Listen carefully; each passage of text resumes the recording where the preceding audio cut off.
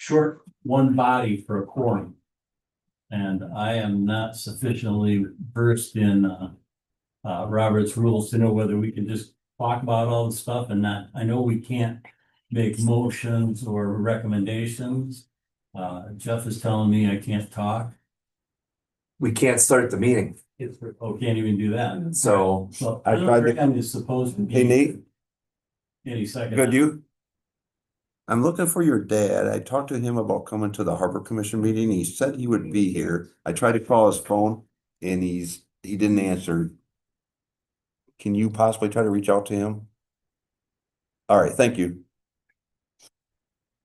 I tried to call Tom and didn't get an answer, so I called Nate. Nate's tracking Tom down, hopefully. Alrighty. But I did talk to Tom this morning. He was at the. Yes, and he said he would be here.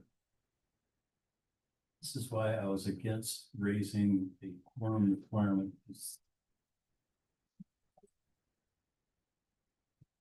Could Bar Harbor just do an informal meeting? Some days are long gone. No, Jeff, couldn't do it. No. I didn't know that everybody else showed up.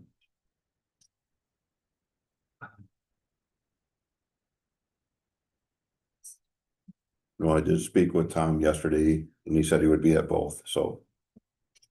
Alright.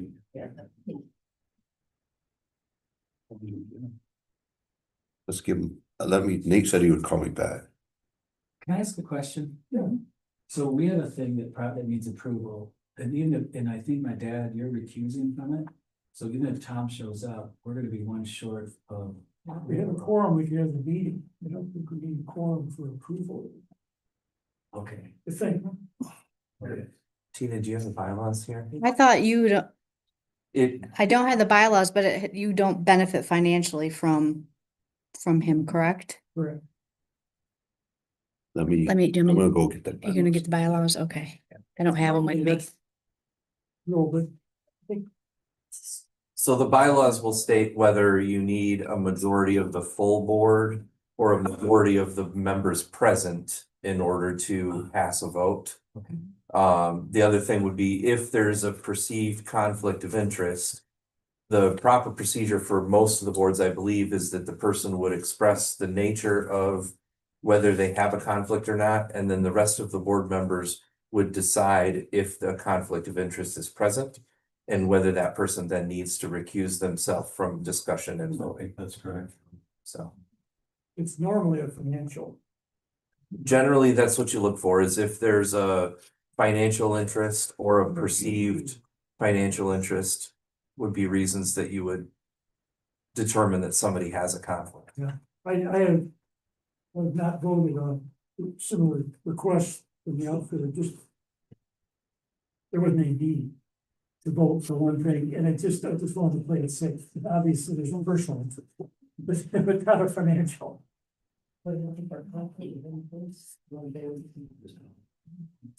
Here he is. Ah, good. Apologize. It's okay, thanks for coming. Sure. Hey, Tom. How you doing? Good.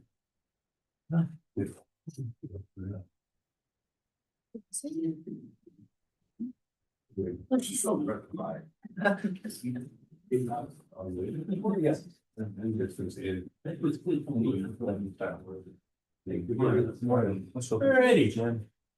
I call meeting to order at 4:04.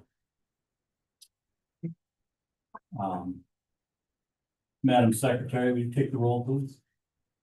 I can. Tom Graham, Yeah. Lisa Nichol, Gail Steffens, Bill McCullough, Here. John Baker. Here. Bill Brown's not on the board No. anymore. I'm sorry, because it says Bill Brown, that's why it was Karen Strow and Sharon Mahalik. Greg Fisher. No. Nope. He's no longer. Okay, why I'm sorry, I'm No, we're reading good. off the Yeah. screen here, and Eric Weinsman and Absolutely. David Lamarche is not on here, so, he but is. he's here. But he is here. I apologize. There you Yep, It's not. Isn't that here? we'll get it. Okay,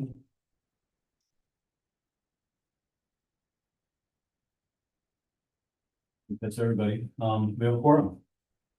The next item is to approve the minutes from our special meeting in January. Does anybody have any comments or concerns about the minutes from January? If not, I will approve them or I'd see a motion. I wasn't here. All right, we have a motion and support to approve the minutes. All in favor? Hit the second. Bill and Tom.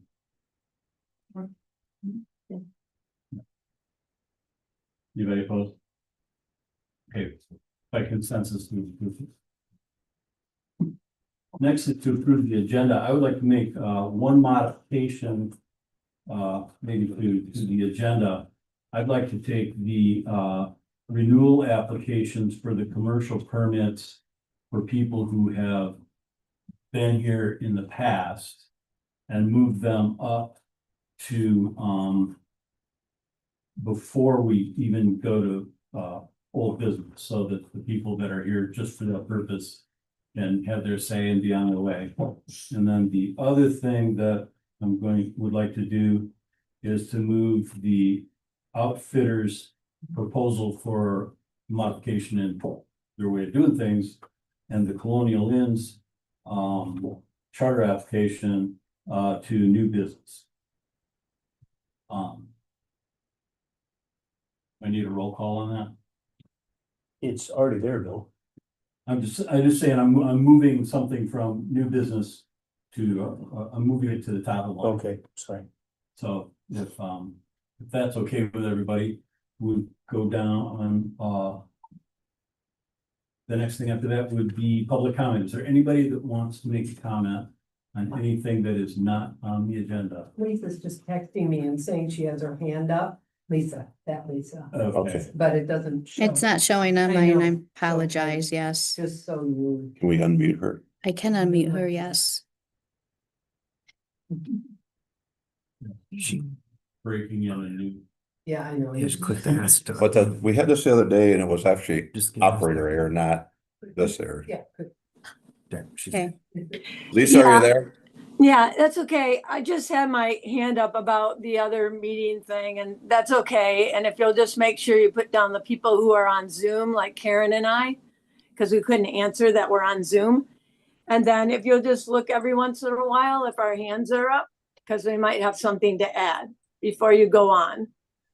All right, we did not see your hand up, but before we close out, we will make sure to see if you have a comment. Is that all right? Can you try I it had again? I had it up on the old business. There was just one little thing I wanted to change, but that's okay. But just for now that we're moved into the main business here. Okay.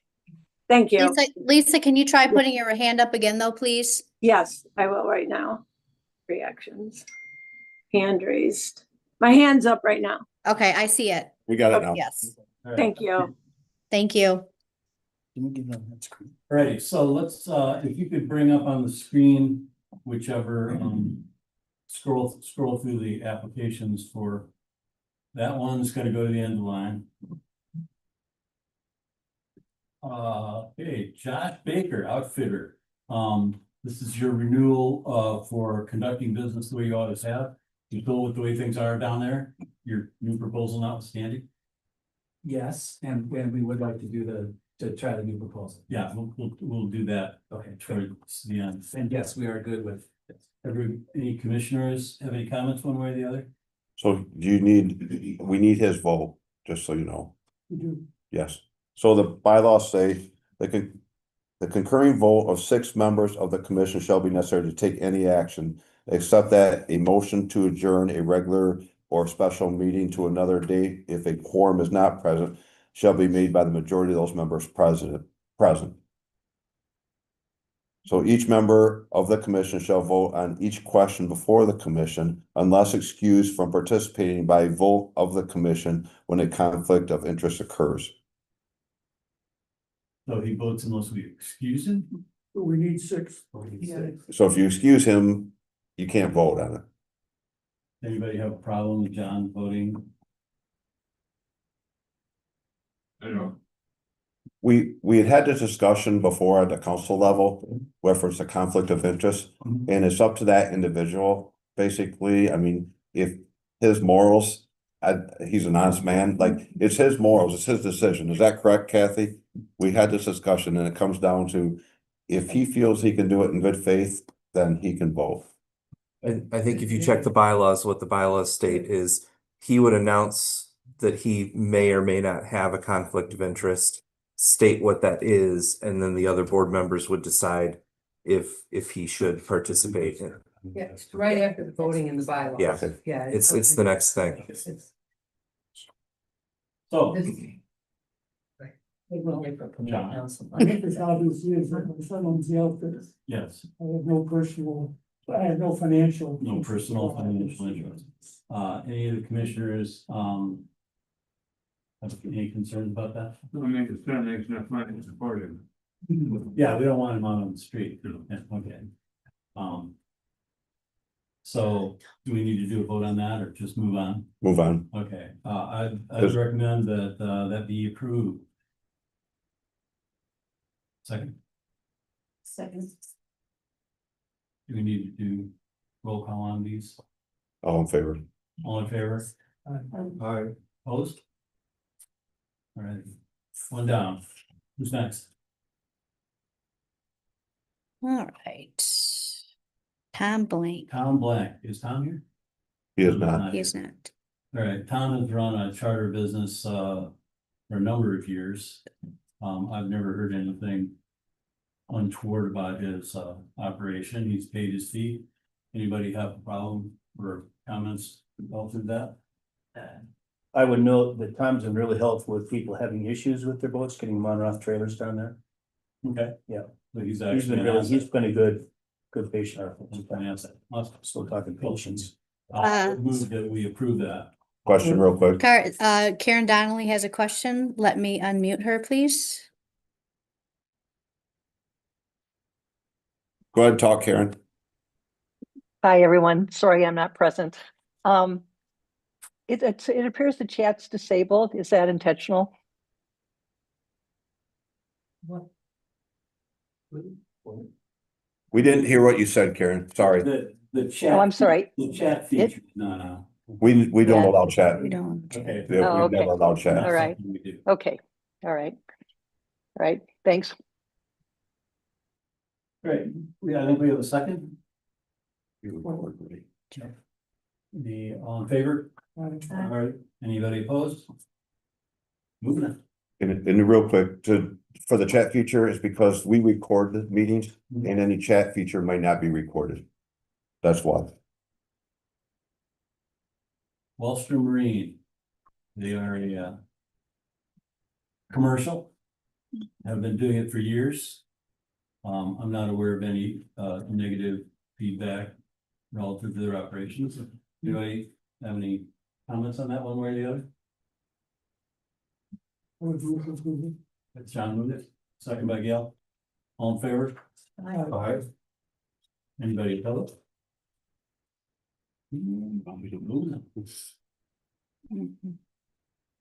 Hunter Johnson, Irish Boat Shop. Very similar situation. They've been in business forever here. I'm not aware of any negative feedback on that. Anybody have a comment one way or the other? I make the motion first. Gail? Support for John? All in favor? Aye. Anybody opposed? Move on. Make a quick comment about that. I spoke with Bob Toma today and I guess he's he's definitely part of Irish Boat Shop's operation. And he had a meeting today and I guess he told all the guys that deliver boats down there, bring boats down by truck, that he's gonna ask them to make sure they help people out when they're in issues. To let people go by them when they're in line, just to kind of speed things up. Cause the Irish does get a lot of trailers and trucks down there, so. They're also gonna clear the property as soon as they can, once the boat's in the waters. But they're not going to be already, so they don't have the volume. Okay. Because we're all about hospitality. Okay, did I get a motion on this? I think I did. Yeah, we're onto the point. All right. Irish already passed. Irish pass. Pointer.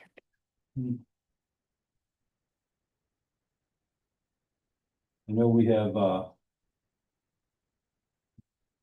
new management, relatively new, at Pier. And,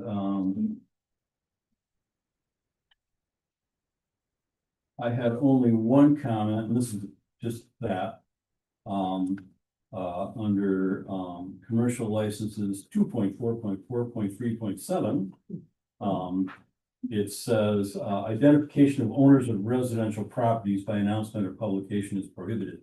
So as you're touring, see, have your captains not say, oh, that's those people, or these are the people that live there.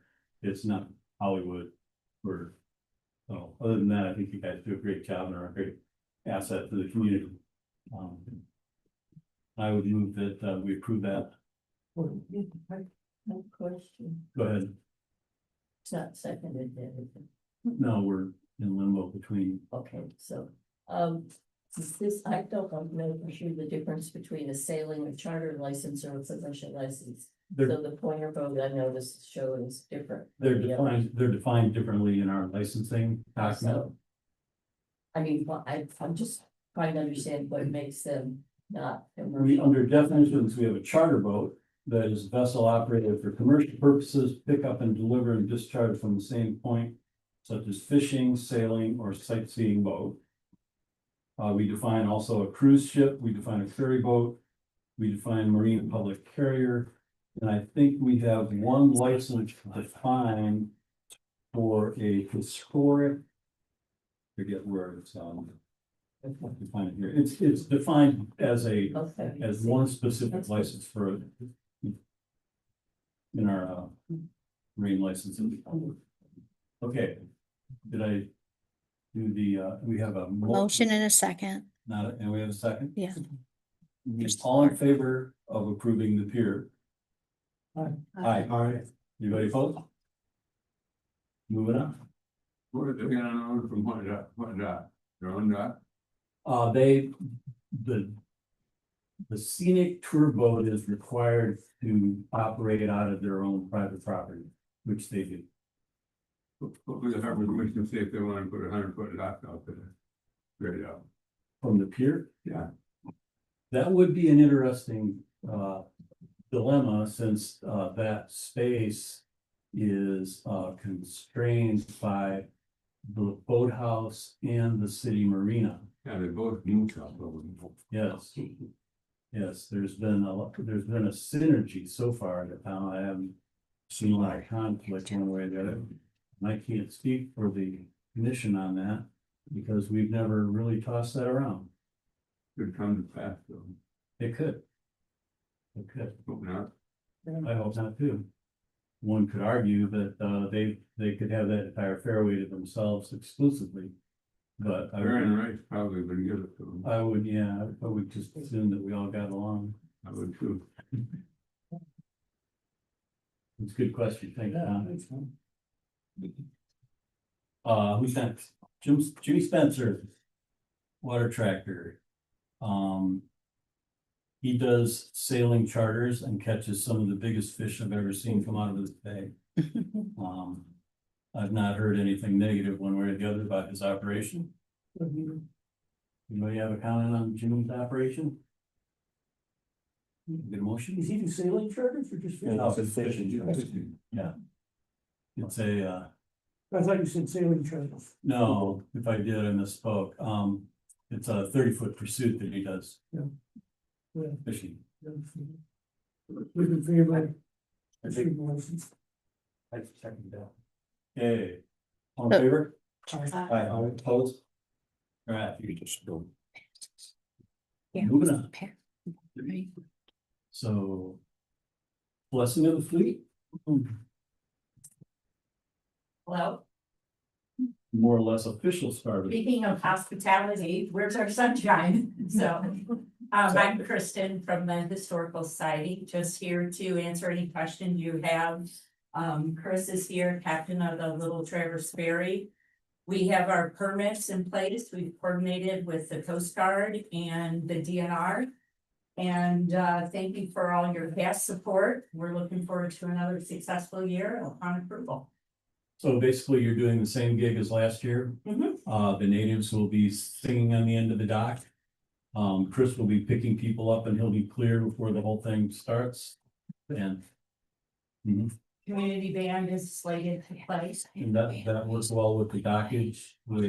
Lisa had. We had her a east wind last year, and which made it a little start bigger than, like those two big Yeah. dolphin pilings, one on either end of the pier. We fit between them, but, pretty windy, so it kind of, slower getting in and off the dock, but we've got a dinghy that's, more of a tugboat. It's got push nine that we, it doesn't have thrust fixed, so, that's our thrust our cheap, and, when we need it, and that'll be, we've already talked to the harbor master about, having that ready to go. Michael, you're good with the plan? Yes, absolutely. Yeah, it worked out well last year and same thing. Do you doing the high school pickup again this year in May? Nobody's reached out to me this Okay. year, so. Yeah, that was the other thing we had with you last year, so. Yeah, I've actually got that on the agenda, reviewing marine licenses. Anything else you want to Yes. share with us? Bill, at one point Lisa had her hand raised. We just want to make sure she didn't have a. Lisa, Lisa, Am I there? I Yes. just had one question on the commercial. Does the ferry have to have any kind of a license? We do have. we'll get to that, yes. They actually have a contract. They don't renew annually. Uh-huh. They have a contract that's in place through this year. I don't know when it ends, but they've got an established contract that extends over more than a year. Okay, thank you. I just wanted to make sure we didn't miss them or they needed to still come in or something. Thank you. Yep. So anybody questions? Anything else you want to share? We have an after party at the pier following the boat parade, and we're always looking for interested people to help for on-water safety and anything that would interest you with this waterfront event. We have the same crew to set up the buoys, and I have commitment from that same group each year. But we're always looking to build that resource. Same so that routing, we're safe. same gathering spots and all that sort of thing. Yes. That seemed to work well. Yes. Good. You Who's the- guarantee the weather will be better? Well, you all didn't bring good weather today, so I will bring it June 26th. How's that? who's the Yes. anchor boat this year, Kristen? Okay, Bigger. You mentioned before too, that you were kind of short on patrol boats or people to help organize each fleet. Is I that think start- we can't ever have too many. Right. We all meet a few days before the event. We meet the morning of the afternoon of the event, checking out the wind for placement of the buoys. So anybody that wants to help as a marshal boat. I think you said that Dan Kimball was gonna be in the parade this year, not in Marshall? Yes, that's Okay. correct. So Dan's not leading that charge this year, Baker. It'll be Josh this year with the whaler. Sorry. It's fun. It's just an hour of your time. Decorate your boats. And the Marshall boats are very much appreciated. They are. I've been out there and Very, it's kind of like herding cats. Yeah, it's still fun. very much so, very much so. So everybody's good with approving the blessing of the fleet as presented? All right. We don't move by consensus. no, consensus is fine. All in favor? All right, anybody opposed? We get a motion in a second. So good to go. Thank you. See you out Thank you there. always. Thank you. Appreciate it. Hey, Bill, 4:30. did we get a motion and a support for that? I move. Thank you. We took a vote on it, but we never got a motion and support. Yeah, Sharon moved. Gail supported. Yeah. thank you. We voted. We're good. Thank I'll you. get better at this. I'm still new at this. I'll admit. Thanks. Alrighty, a quick update on the status of the Harbor Master building. Mike, what are we doing down there? As far as I'm concerned, it looks great. They're making some serious progress over the last week. It was a little bit of a concern with, we had some nipped electrical wires They also knit the internet wire into the building at some point during the excavation, but that's all been solidified and cleaned up. I think next year the Spectrum is gonna bury a newer cable. That'll help get a better signal to the building. And looks like all the lighting's done. They're gonna put the electrical panel together yet today. The office has been completely painted, the bathrooms, the voters' bathrooms are painted. Washers and dryers will be delivered on Friday, hopefully, and be ready, not operational, but they'll be in and good looking. And the back of the building looks great. And the mechanical room is ductwork everywhere, but the washer dryer room looks great. Yeah, the building in general, I think, looks wonderful. We got bigger, no doubt about it. Is the ribbon cutting? Ribbon cutting Yes, is, we are having an informal ribbon cutting. It's not that the building's necessarily totally done, but it's the 15th, that's the handoff date, and so anybody wants to show up at 5 o'clock for a photo op, welcome to do that. and we do have a temporary CO, so we can move into the building. That was a concern at the beginning of the week, so. We passed inspections. No, And I've been working with Mark Boudet on an almost daily basis, and I give him a ton of credit because he's watched out for our best interest with Ironwood. We talk daily, and I just talked to him today. They went through the final walkthrough. He said there are some punch list things that need to be done, but for the most part, everything looks really well. So just so that everybody knows, Mark's done a fabulous job of representing the city on this. and I sort of- took us like 15 years to get this. 'Cause I sort of walked into it in the middle of this, Victor left, and Mark, I got educated real fast on change orders and this and that, but Mark has done an outstanding job. And I want to add to that Ironwood's been great. Yes, they have. Yeah, they've been really working well with Mark, and they've been in contact with me almost every day too, so. Kudos.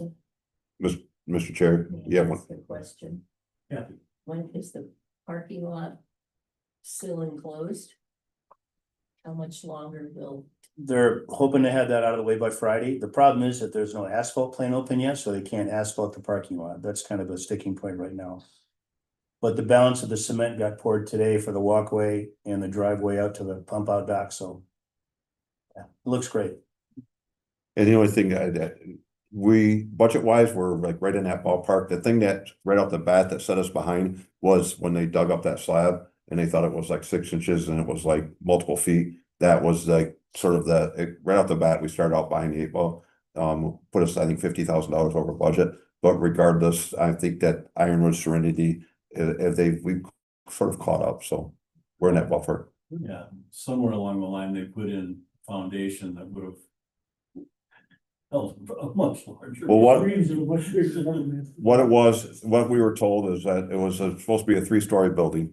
And the foundation was built for a 3-story building.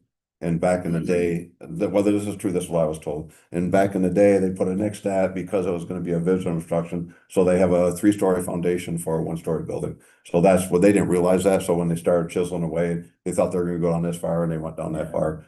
It created a problem. Monetarily wise too. They also found 23 different paint colors in the office alone, so. How many did you? I did 5 of them. When does landscaping go in? That's a really good question. They're still trying to figure out who's gonna be doing that. It looks like, they're trying to engage a contractor right now. Everybody's busy enough, but stuff to do, but yeah. We worked with starts with a B.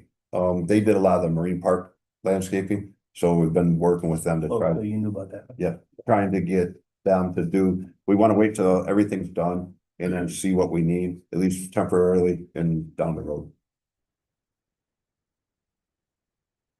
Very good. Mike, as long as I've got you on the hot seat, how's the DNR system working? Great. It worked really well last year, although we did have a late start. And people could start making reservations 6 months in advance of whatever date they wanted to be with us. And I don't have a solid number for the number of reservations, but so far we've received almost $52,000 from the state. Which is all prepaid. That's all This cash, year. that's all cash in the bank. And that was through. That was through Monday of this past week, so there'll be even more revenue generated before then, so.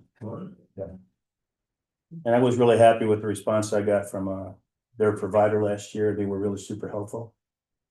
And I think a lot of people appreciate it, as we talked about ad nauseum for quite a while, that people appreciate the idea to be, they can make a reservation, know they're gonna have a spot. Yeah. Versus the whole first come, first served we worked on for years, so. Yeah. We still have maintained that capability, but the reservation made a big difference in people's plans, so. Moving on. Next on my list is discussion of Ford Park. The commission back in 2022, which doesn't seem all that long ago, did a pretty thorough runaround on Ford Park. This past fall, the topic came up and we had an ad hoc group, myself, Karen Donnelly and John Baker, went down and kind of reviewed the state of affairs, and suggestions that have been made over the years and concepts and all that sort of thing. Couple key points. At this point in time, the waterfront fund, we just bought a new building, so, and we pay, which we're paying for, out of the waterfront fund. And so, we are below our normal target, balance that we try to maintain as a hedge against natural disasters like ice push taking up the docks and things of that nature. So the kind of the consensus of the ad hoc committee was that we should not take on anything of any real consequences financially in the short term. The other consideration as far as that sort of thing goes is that the city is queued up to rebuild of Bay Street with the sewer lift station and redoing the underground utilities and all that from Zoll all the way to The bottom of Page Hill. Eventually, yeah, but Bay Street from one end to Irish's basically. And so anything that would involve earth movers, asphalt and that sort of thing, if we were to have that line up with the reconstruction of Bay Street, it would be more efficient and more economical, all that sort of thing. Inflation not considered, but that's kind of the consensus. Some of the bits and pieces, if you want to just look at the map up there, the trailer parking, a number of people who know about parking trailers told me that the angle on the trailers it would be the upper left or south of that picture are angled a little too tight. They're hard to make the turn into and hard to make the turn out of with a long trailer, and that's where the longest of the long trailers typically want to go. That can be resolved by repainting the lines, which I believe the city has a line painter, and we could do that if we wanted to. Car parking in the northeast corner, which would be on your left at the bottom, is currently for cars. And there's a fair amount of unused space in front of those car parking spots that could be used for trailers. And people who have trailers prefer parking on this side as opposed to the IBS side, because they don't have to make two left turns through oncoming traffic on Bay Street. They can just pull in, and then when it's time to go, they can back down, get their boat and go without having to do a whoop along. So we could make trailer parking out of those car spots. And in the upper right-hand corner where there is trailer parking, right here. yeah, one of the things that is kind of a long-term consideration is turning those spots into car spots to make up for the lost car spots on the other side, which would give us more green space along the Irish building, which could make a walkway so that people from the ferry can get into town without having to go through the trailer traffic. And it would also make it easier for people to transport paddle boards, kayaks, and potentially little sailboats along that line. So that's something that has been considered and talked about for quite some time. The trees along Irish, apparently the roots are problematic for their building. They interfere with the traffic flow of people trying to move their boats up and down from the rack storage there. And are generally not thought of very highly. They're not in, some of them are not in great shape health-wise. And so removing those trees is something that has been recommended since our 22 analysis and remains so. We did move the access road a little. We didn't move the road. We widened it to the north from this picture, which apparently has really improved the traffic flow through there, and everybody's happy with that. And it didn't cost a whole lot of money. So that was a good thing. Over time, moving that even further north to take some of the unused green square footage in the middle and make it more usable, more attractive green square footage on the south is a consideration. The current kayak launch dock with the low water is fairly steep and it's short. And I believe you're doing an upgrade on the decking, yeah. on the decking. And the water's up almost 1.5 feet. Yeah, this year. the water is up from quite a bit from below. So that's less of a problem than it was when we looked at it. And we could also add trailer spots north of the exit road there. There's room, yeah, where those spots are, that space, nobody picnics there.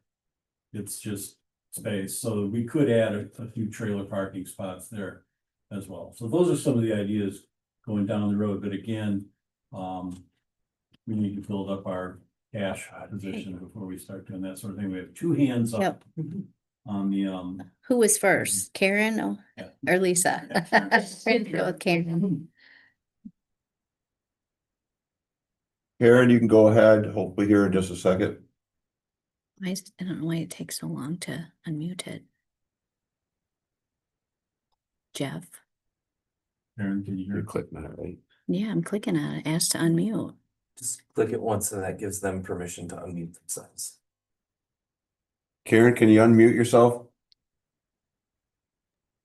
There we go. Takes so long. All right. Thanks. Bill, that was a great summary that you put up there.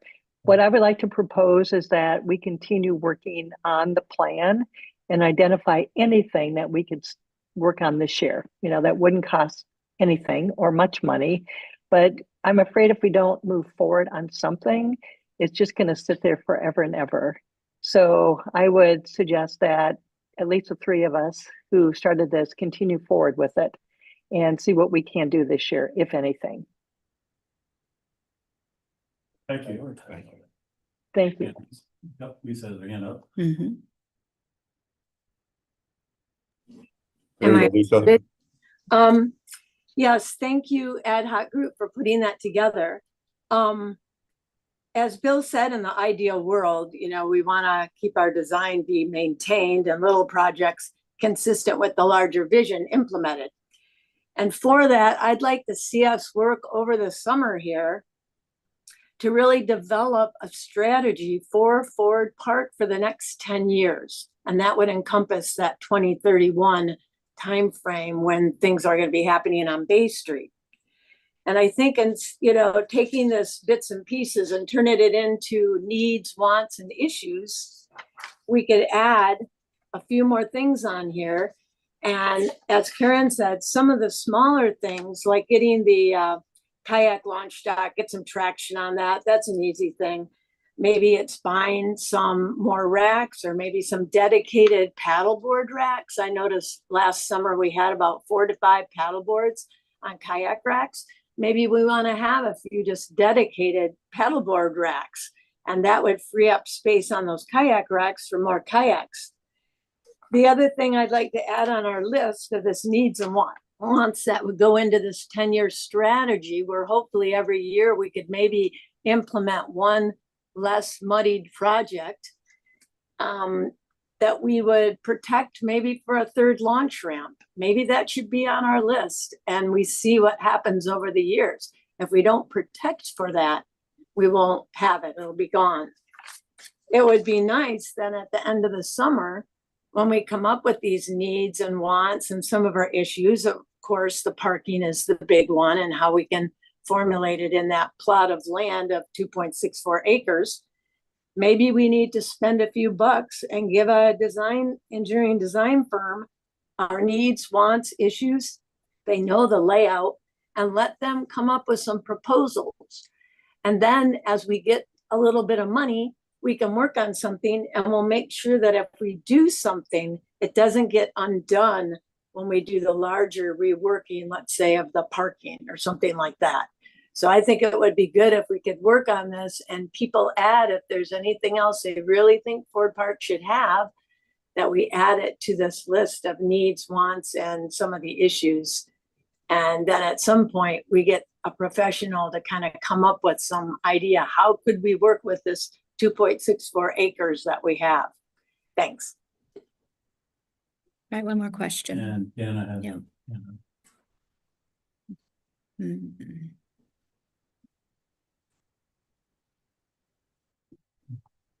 Hello, everybody. Can you hear me? Yes. Hi, Dana here. And I was going to say almost exactly what Lisa said, that this would be a great time to start talking about and maybe have Beckett and Rader come in and talk about, you know, how the master planning process might work and what types of services they provide. They're actually working with the DDA right now on a master plan for the downtown streetscape, and we got a preliminary look at it today, and it's amazing. I mean, they've covered everything, functional stuff, aesthetic stuff, and they've got engineers on staff, architects on staff, landscape architects on staff. And you don't have to commit to anything, but I would suggest you have them come in and talk to you about, you know, how they could help, because I think it could make a big difference. You know, I think maybe one thing that the DDA learned is, you know, exactly what Lisa was talking about, not to get too far ahead of yourself, doing little small projects that might really not fit in with the whole big picture down the road. Thank you, Dana. Thank you. Yep, thanks, Dana. I didn't read my entire write-up on this thing, but one of the paragraph 5 is that an ideal world design should be maintained, and that little projects that we do should be consistent with the larger vision and implemented as resources allow without being undone in a large scale reworking of the park. So I think we're on the same page there. Didn't we have a discussion a few years ago about those maple trees and Irishes, and they decided to cut them down, they cut it down too, and everybody complained because looking at the building was worse than the problem with the trees. Something like that, I believe, happened, not for long. I don't remember people complaining about it, but They changed the direction, how was that? I don't know who in the city, because we're mostly water side. We're in on this one because of the involvement of the boating. But as far as trees go, that's not really our thing. Those trees do interfere with the boating interests and the building. And Irish's does have an easement through city property along the edge of that building for drainage. I don't know whether the trees are a problem with that, but that being said. Is that something that you want addressed? Like, is this something you want done? Or is this a plan? Like, I don't know if you want me to take action on it, or do you want me to wait? Do you I want? don't think that's a question for me personally. Why don't we toss that thing around just a bit? You know, some people are against taking trees out because of the aesthetics. Personally, I am. Okay. If you take out those trees, it'll be a big brown wall Yes, with kayak racks. yes. I think I would agree with Tom, and I think the neighbors nearby would have a concern that something would need to be done to soften the look of that building, which costs money, so. Sure. I would suggest that it's not a real pressing issue as far as I'm concerned. You know, the people that use that or have been working their way around it, moving their kayaks. We're not talking about changing the parking at this particular point in time, so I don't think that's an emergent thing. How about- And it should get bounced off the broader community. The tree board, we could put it, Dan is there, we have a tree Yeah. board meeting upcoming. If they wanted to go look at the trees. That's what I was gonna, You know, for their health, go look and assess, you know, is the building issue. And, you know, take a look at the, you know, the traffic flow and all that sort of thing. I do believe that being able to have a pedestrian pathway through there that doesn't involve crossing traffic 2 or 3 times would be a plus. And it would be a plus for using that space for boats. But yeah, it is a building and it looks just like a building. the tree board meets this. And actually, I'm gonna do the tree board agenda tonight when we get done here. Yeah. So Dan is there and I'll at least put it as a discussion item for the tree board, so that from now to the next meeting, they could have not for this meeting, but discussion to go look at it. And then for the next meeting, they could look at it, even if it's the possibility of eliminating a couple trees, not all of them. But just maybe get Ben Viewing, our arborist down there, to take a look to see what's beneficial and what's not beneficial. I agree. Like, I think if you take them all down, you're just gonna have like a building. Yep, which is why they were put in the first place. Yep. I have had some kayak owners comment that, those trees cause their boats to get moldy and dirty. With sap falling off the tree, I mean, just to throw that in there in the Well, discussion. it's shade. there. Pardon me? It's shade, It's shade. which is a good thing. and a bad thing. Yeah. You know, the shape of buildings cause a lot of it. What a mural. Josh, the top. I do, there were 1 or 2 trees where Josephine Park text is right on the water that were removed maybe 5 years ago. That might be what Tom's talking about.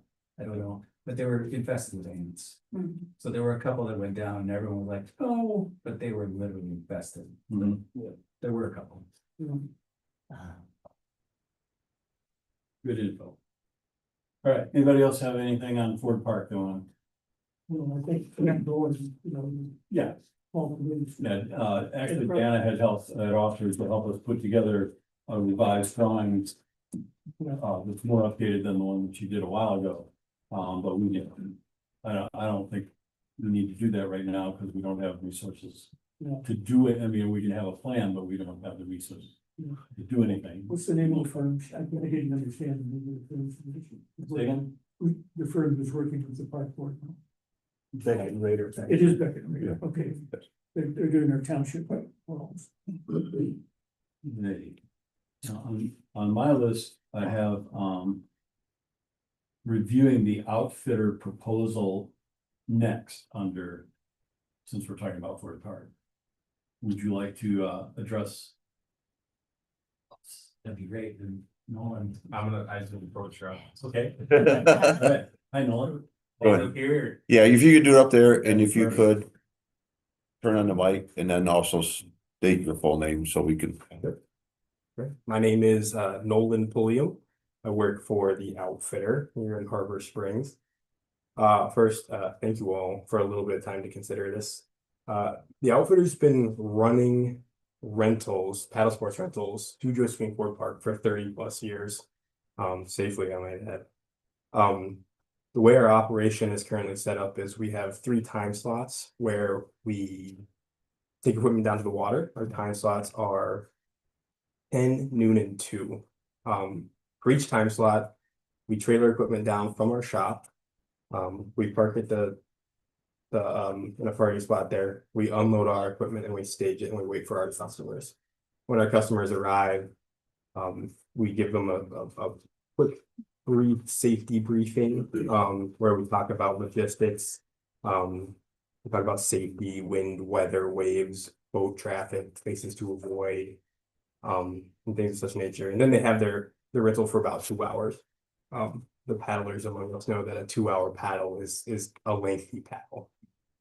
So what we find is sometimes this process can be just a little hectic. In traffic, vehicle traffic, and then also in foot traffic with the boats. Customers will often leave the equipment scattered when they're done in front of the launch there. And although we ask them to set it aside, they're done usually before we get back for the next wave. To address some of these issues, we're proposing a designated staging area for our equipment at the waterfront during operating hours. We believe this would reduce traffic, vehicle and foot traffic, keep the dock clear and improve the flow of paddlers getting to the water. We would remove all of our equipment in the evening, and nothing would stay overnight. There would be nothing permanent. Everything would be temporary. Our goal is to create a cleaner, more organized, and more efficient operation by allowing equipment to be staged in the day instead of repeatedly transporting it back and forth during the day. Our proposed operation would run June through September, 10 a.m. to 4 p.m. daily, with no operations during high traffic events like 4th of July or the Yugata Regatta. If we don't think it's safe to be out paddling ourselves, we're not going to send people out to do it. Operationally, equipment would be trailered to the site each morning, probably 9:30-ish. We would stage it out of the way and neatly, and then we would trailer it away at the end of the day at 4:30 when we were done. Kayaks and paddle sports would remain staged during active operation hours, with staff being present during launch activity and customer coordination periods. So believe that with having us there, maybe somebody who is maybe new to kayaking, maybe they don't understand the proper dock etiquette, we can wave them off and say, wait for someone else to get the water or out of the water. Or, you know, maybe our staff can even help someone grab an end of a boat and send them out, customer or not. All equipment will be removed nightly, no storage overnight, no permanent structures. Again, we think this would reduce repetitive trailer traffic. It would spread launch times more evenly through the day, so we wouldn't have large groups of people leaving and concentrated units 3 times a day. We believe it would help improve organization at the waterfront and help keep the dock, the surrounding area clear for all users, visitors and residents alike. We understand aesthetic, safety, and public access are crucial. When we commit to a clean, low-impact presence, and we're confident this would benefit both residents and visitors. We're requesting a seasonal trial permit so the Harbor Commission can evaluate this approach. Thank you guys. I'm happy to answer any questions. So the pluses are less trailer traffic, less concentration of, you know, people, they're not all showing up at the same time. Right. You want to have a person there to guide traffic, handle moving the equipment.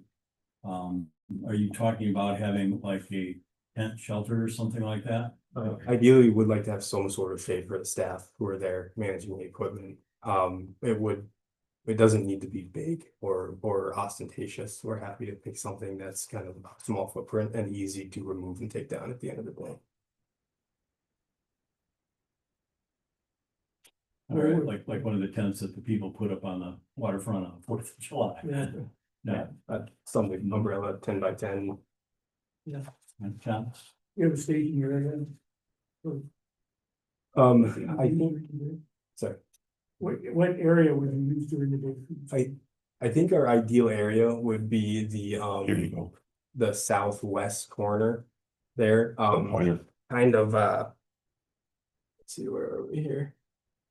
Right, that's Irish, right? Bring up the You want the other map? bring up the Ford Park aerial. Just remember it's upside down. So ideally, right in here would be a great spot for us. We feel it's out of the way. We can tuck our equipment to the side and we'll keep the kind of the egress there, access for everybody. Also, when our customers come, they're not crossing a bunch of traffic places. We're kind of getting them right to the water and away and send them on their way. Lisa, ask her question. Yeah. Okay. Got his hand up.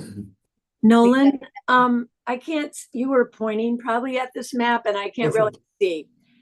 If I'm looking at the kayak dock, you know where I'm talking about, where we have the kayak launcher? Yeah. Yep. Are you talking right to the right there in that grassy area? Correct. You know, I'm not liking that. Because there's a lot of people that grab their kayaks and they come down that row of trees and they're trying to launch too. And I know what you're talking about because I'm there every day and I know about the equipment and things like that. Okay. Would you think it would be that bad if it was over on the other side, up kind of in the middle by, you know, where Mary Jane used to hang out? I mean, up in there or something? And this person, when the kayaks come in, they would go get any equipment that's kind of laying around and get them out of the way. I just see that as a choke point because that's where a lot of kayakers who get their junk off the racks are going right there and then they're jumping on the dock. Sure. I think operationally, we don't have a reason why that wouldn't work. Between the kayak dock and the ferry dock, correct? Yeah, like right Right there. Yeah. Is that, Lisa, it'd be between? Yeah, the either over there or if you don't want them crossing traffic, I get what you're talking about. I guess it would have to be closer that way and we'd move, you know, don't want to lose the green space though, because you know, there's picnic tables there and a lot of people like to come down in the summertime and hang out and watch the boats. But yeah, I'd rather have it on that side than on that right side because that gets pretty pinched. Really close to Irish. But no one really goes through there to Irish. They shouldn't be. That gate sometime is closed, but yeah, they really shouldn't be going through that way. Well, I'm not worried about that. I just think if the outfitter kayaks were kept close to the west wall there, that they wouldn't be so much in the way of all the other kayaks.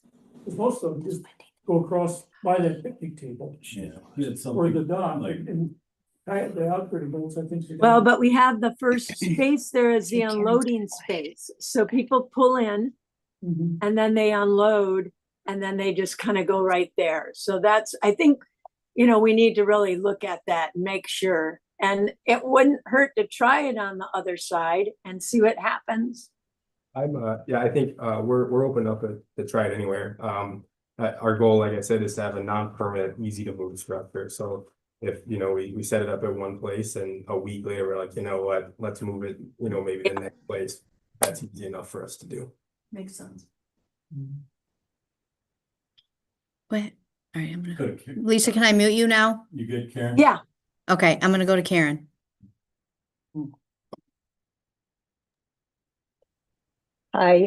My feelings were the same as Lisa's. I think it's a good idea when we're all back to kind of take a look at it together with you, Nolan. I think we could identify a space. I think that's a good idea on your part, not to have to be pulling those through the park as you have to unload and unload several times a day. Maybe there's a way we can make use of that middle space, which is kind of a waste of space. I know that means crossing the road perhaps, but let's talk about how many times you have to do that. So I would like to suggest that rather than decide right now, but certainly do understand your need to do something like this and be able to queue those during the day as opposed to in and out, in and out. Thank you.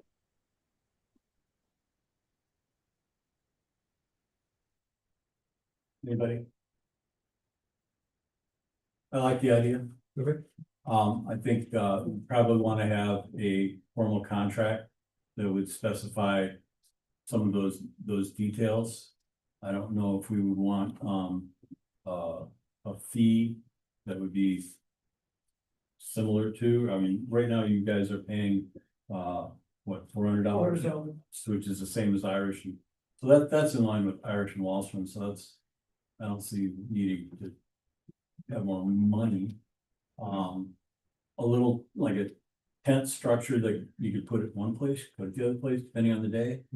I'm cool with that. It might turn out that butted up against IBS would be the best place, maybe not, but I'd suggest that we allow this on a trial basis for this year, see how it goes. The one thing that I'm thinking from last night's Parks and Recs meeting, is because this was the discussion last night, was the people who utilize public property, they have to fill out the application for, and then the direction that I think council will ultimately go is there's gonna be some type of charge percentage for nonprofit, for profit. I see that down the road. There's nothing in place right now, but this is utilizing public property for, I mean, it's one thing to put the kayaks out there, now you're actually taking up space. And I'm all in favor of it, but I also, from sitting here last night and hearing that conversation, I can see this becoming a point of contention or a concern, I guess, not contention, concern. So it might be something that ultimately you fill out just like your run, that application to use that property, and it would have to go to council. And council would get, because it's not out in the water, it's on public property, and council would have to give the approval. What, Kathy, what are you thinking about that? She's I not, think you've made a good point. That's a good summary of what we talked about. yeah, and I do think it should be a council approved event. Or not event, occurrence, because it's on the land. I'm in favor of it, but I also, We are advisory, we don't, right. So I think that everything is council. if you guys give the recommendation, you submit an application, you submit it to me today, we'll get it on the agenda for May 18th.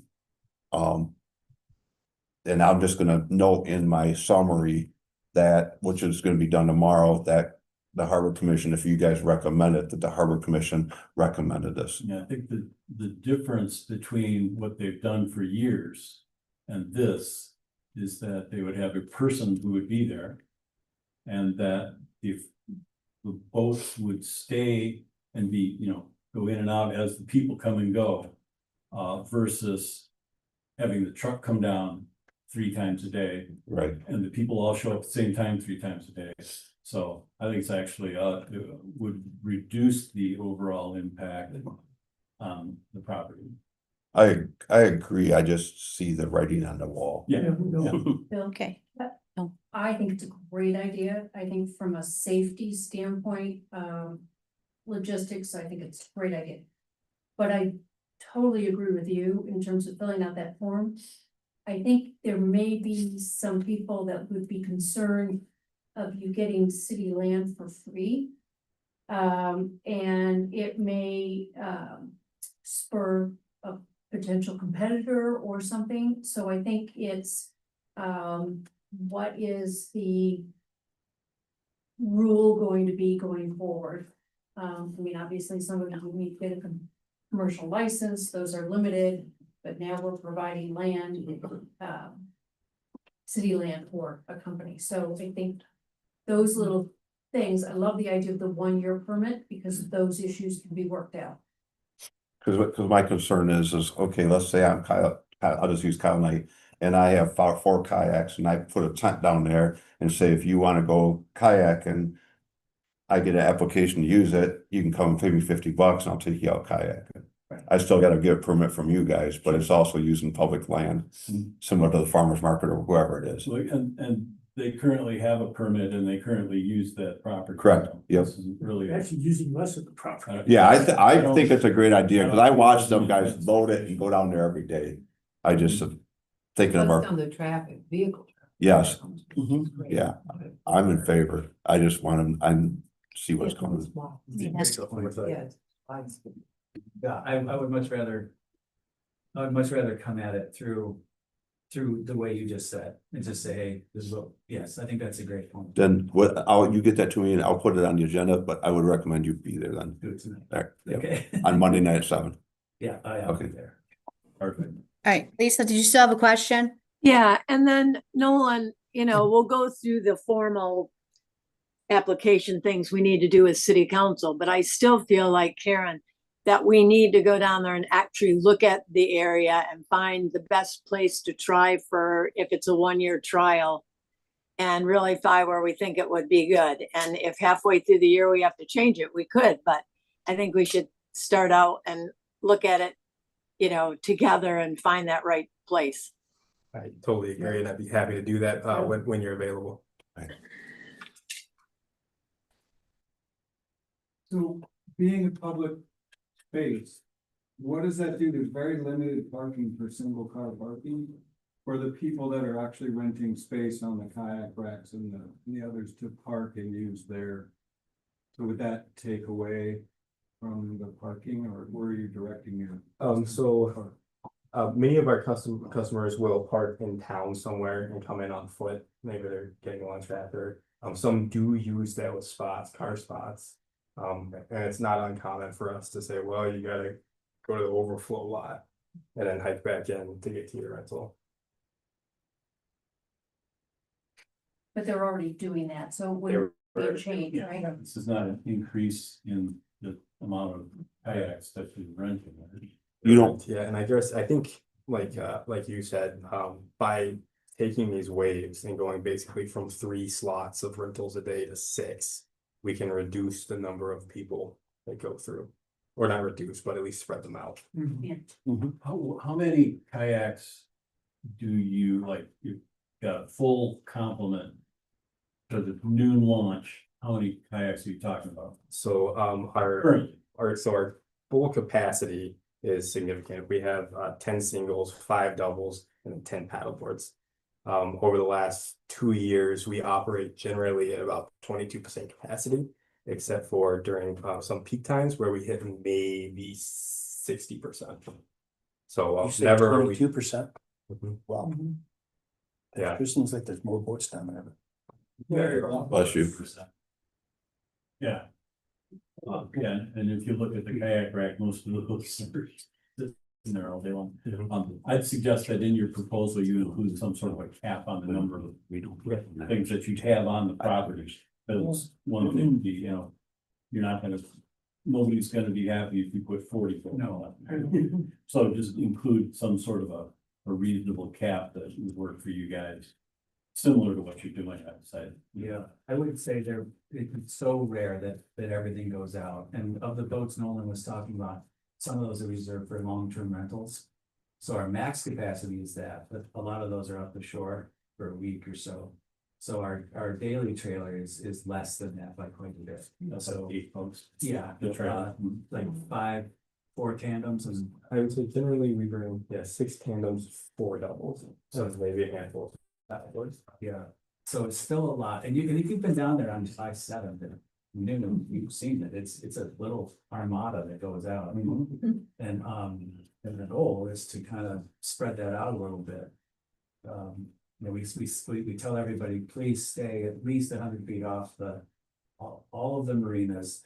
Go out past the mooring fields, and then you can do that. The point is private. And then, you know, we do all of this stuff, and still it's like, or we're just. So this would give us a little more control, I think, of people on the water as well. Just for clarification, you do not provide a shuttle service from your business down there. So just for reference to the parking, so it's not like people park downtown and you give them a ride down there. They're currently walking or driving themselves. We suggest that they get a spot, as Nolan said, either the overflow or somewhere off of the ends of Third where they can stay and walk down. All Because right. the parking is terrible. And it's What always is the full. time limit on the single spaces there, you know? 3, I believe. Yeah. It's either 3 or 4, but I believe it's 3. Go ahead, Karen. Nolan and Josh, I'm happy to stop in the store on Friday. I'll be back tomorrow from this trip I'm on. And maybe we could brainstorm a little bit about it together, if that's okay with Bill and the rest of the commission.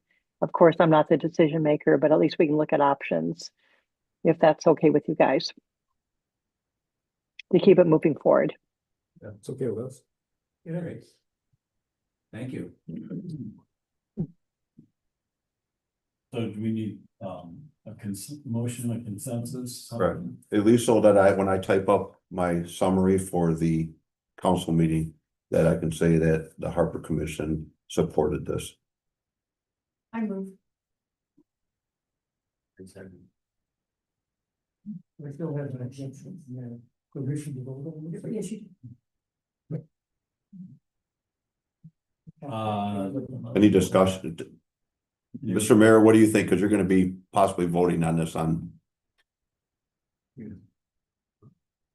I'll vote on this time. All right, good enough. Seems like maybe too much going on. Ferry and acting bridge and launching ramp. This side's really low though.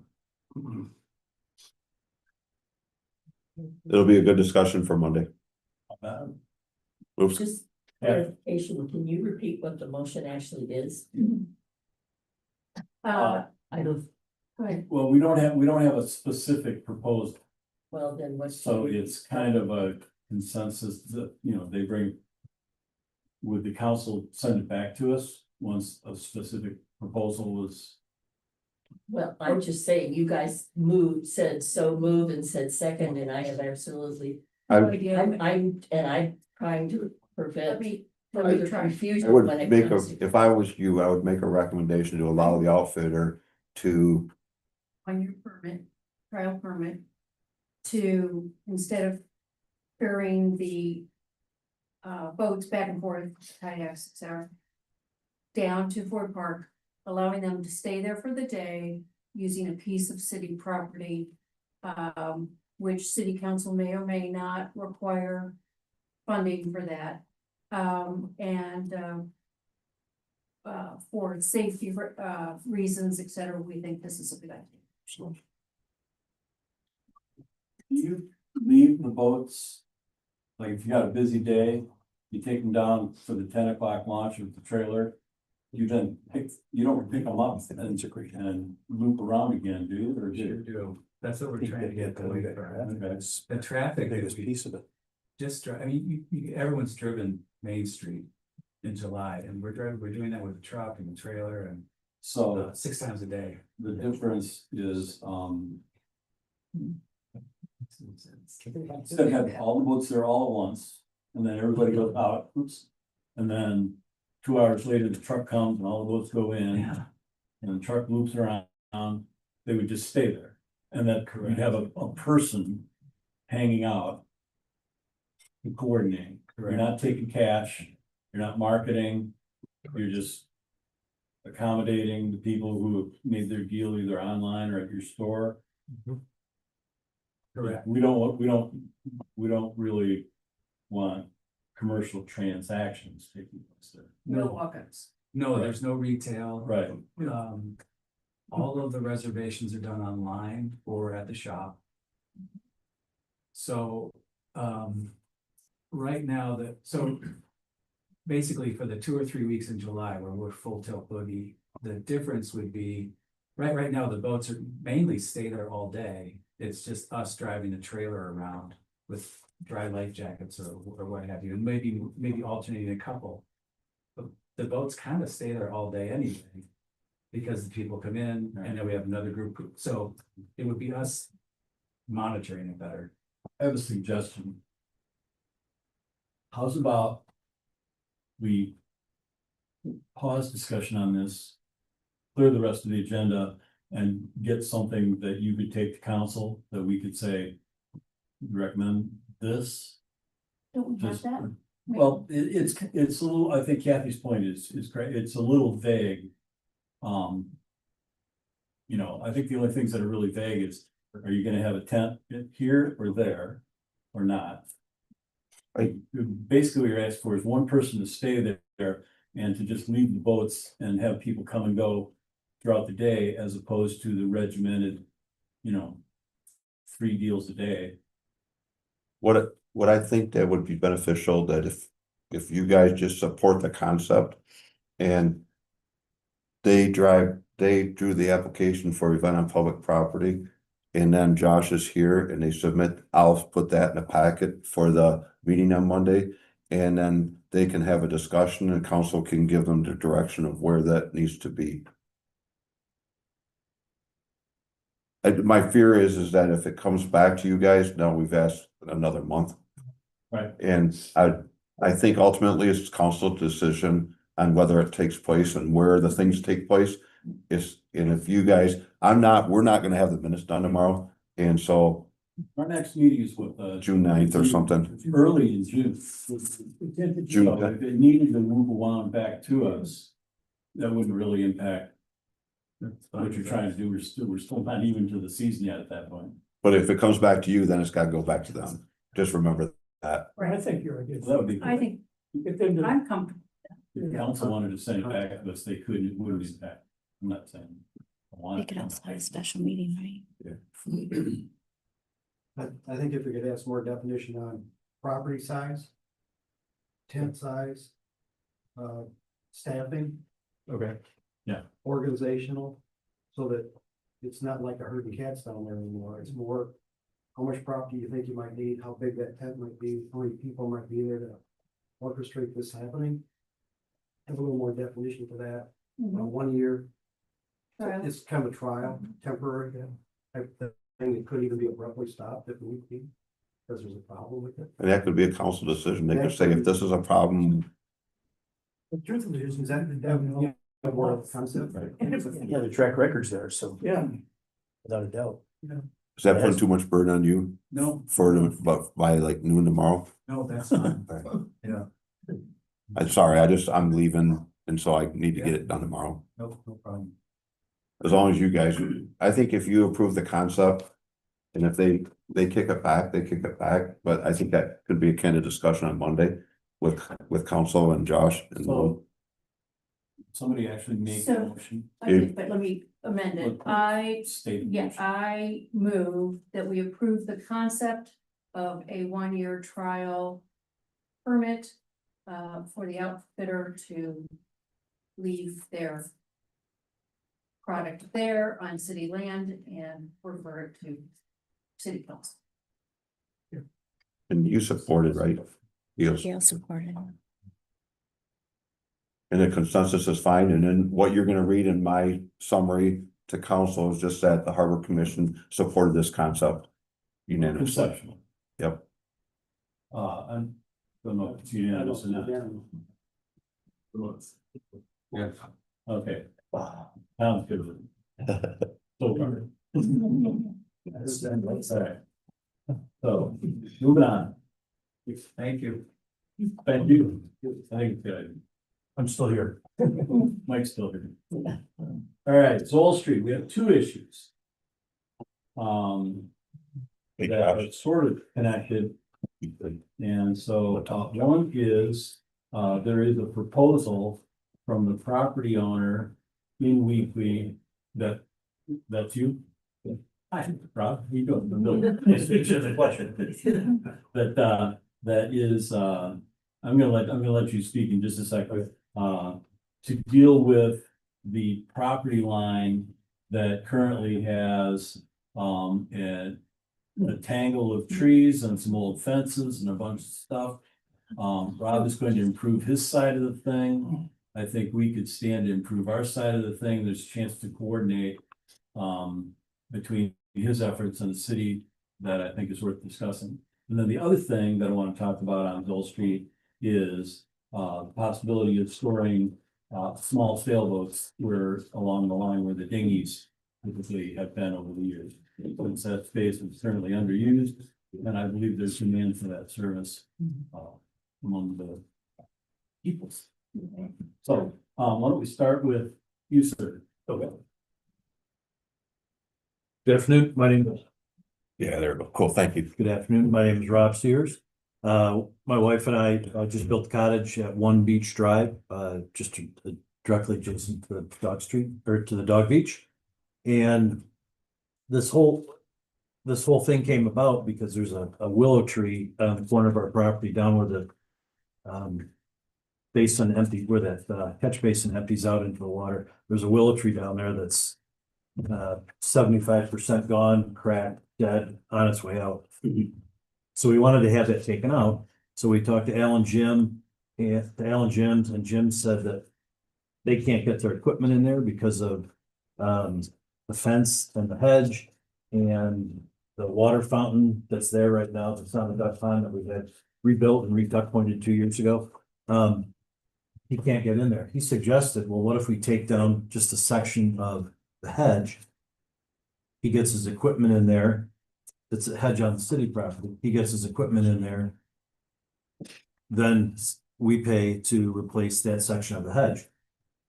That sounded like a great idea. And then I got talking with Jeff, I talked with Bill. It's like, well, what if we took down the whole hedge and replaced the whole hedge with my wife Julie and I paying for a portion of it, with the city paying for a portion of it.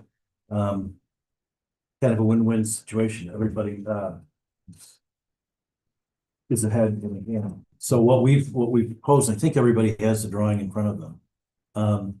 We've had this site surveyed and staked, and we paid for that. Benchmark did that a few weeks ago. So it's all been staked, and what we'd like to do is put a 4-foot black welded wire fabric fence along the property line. The main reason for the fence is to keep the dogs off our property. We don't, and to keep teenagers from picnicking on there, you know, we don't mind. I've said to a couple of people, we don't mind when a 10-year-old kid comes along and drops a fishing line in there, totally fine, not a problem. But when the dogs are in there chasing ducks, and when teenagers are in there, having a picnic in our yard there, we're not so cool with that. So the idea is that we would put a new. We could go right there, this. So you can see this is the existing property line here where all the X's are. That's the existing property line. So what our proposal is, and Bill and I have been working on this together, is to take out all of the existing hedge, this whole thing right here, remove the whole thing completely. While that's out, Alan Jims could come in and take out what we want taken out of this tree. And then the new hedge would get put in with the first 62 feet from here to here. The first 62 feet of that hedge would be on my property, where it is currently on the city property. So it's currently here. So we would take the hedge, put it on my property, which would allow city a little more usable space right here. And then after 62 feet, the city, the city's portion of the hedge would go back to the city side of the property, of the property line along the fence here, so that we can still have access on this side of the fence and in between the fence and the willow tree. Right now down here, it's muddy, it's wet, so we can't really get through there. If the water comes up another couple inches, we're not gonna be able to get past it. So conceptually, I pay for the first 62 feet. The city pays for the next 108 feet. There's an overlap of about 6 feet. So we're not just dying a hedge and a hedge on opposite sides. There's an overlap of 6 feet. I would pay for the removal of the hedge for the first 62 feet of the hedge. The city would pay for the hedge, the 2/3 here, 108 feet. I would pay for the fence, so we pay for the staking, we pay for the fence. And that's kind of an overview of the project. So Rob, the city would pay for the removal of the lower part, or you pay for the removal of the whole hedge? We'd pay for the removal of the hedge. Of the upper half, the upper third here, we'd pay for that removal and we'd replace it here. The city would pay for this removal and replacement here, and we'd pay for the fence, the whole fence. Right. That hedge is very old. Yes. It's over 30 years old, and you can see through it. I mean, I can see how the dogs would Just scroll up some of those photos. run right through it. Yeah, I saw it. And the issue I have is having the city pay for the removal and the replacement of the other part of the shrubs. I totally understand your proposal. I would be asking the same thing. I think it will look better with a new hedge there. I think the new fence is a great idea for safety for everybody. But I don't know if we have in the budget, or the city has in the budget, the money to remove and replace. Mhm. So we did get an estimate from VDOT North. Is that in your packet as well? No. No, I can't, so. No. So we got an estimate from VDOT North to take out the stumps. So getting rid of the hedge, it's kind of twofold process, cutting it down to 12 to 18-inch stumps. That's one kind of removal. The second removal is getting all the stumps out of there. There's some really big stumps in there, and there's an existing fence in there with some barbed wire pieces here and there. It's pretty treacherous. So VDOT gave us an estimate to remove the stumps, and that estimate was $9,473. What we don't have is an estimate to cut all those down. And, you know, we're hoping that, I don't know if the city has crew that can do that, or if we would get Alan Jim or somebody else to do that. But the concept there, I'm thinking, is that we would pay, you know, if someone gives us an estimate to cut all that down to 12-inch stumps, we'd pay a third and the city would pay a third. And then the balance of the work is in this estimate from VDOT North, which is a total of, to remove the stumps and replant all of that, is $39,494. So my portion, which is a third of just that 39,000, is 13,230, and the city's is 26,264. Last year, coincidentally, we lost a 30-foot hedge between our house and the house next door.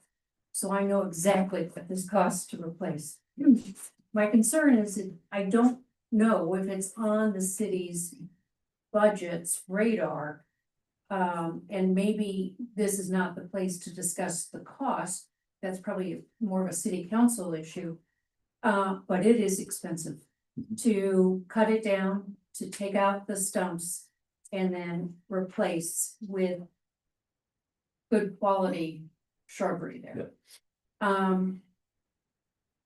So I would say I am in theory in agreement with the idea.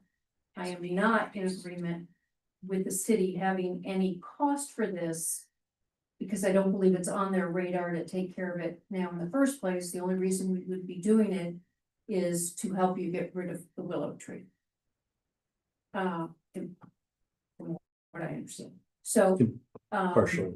yeah, so my thought is approve it, but have the city figure out who pays for it. Lisa has a question.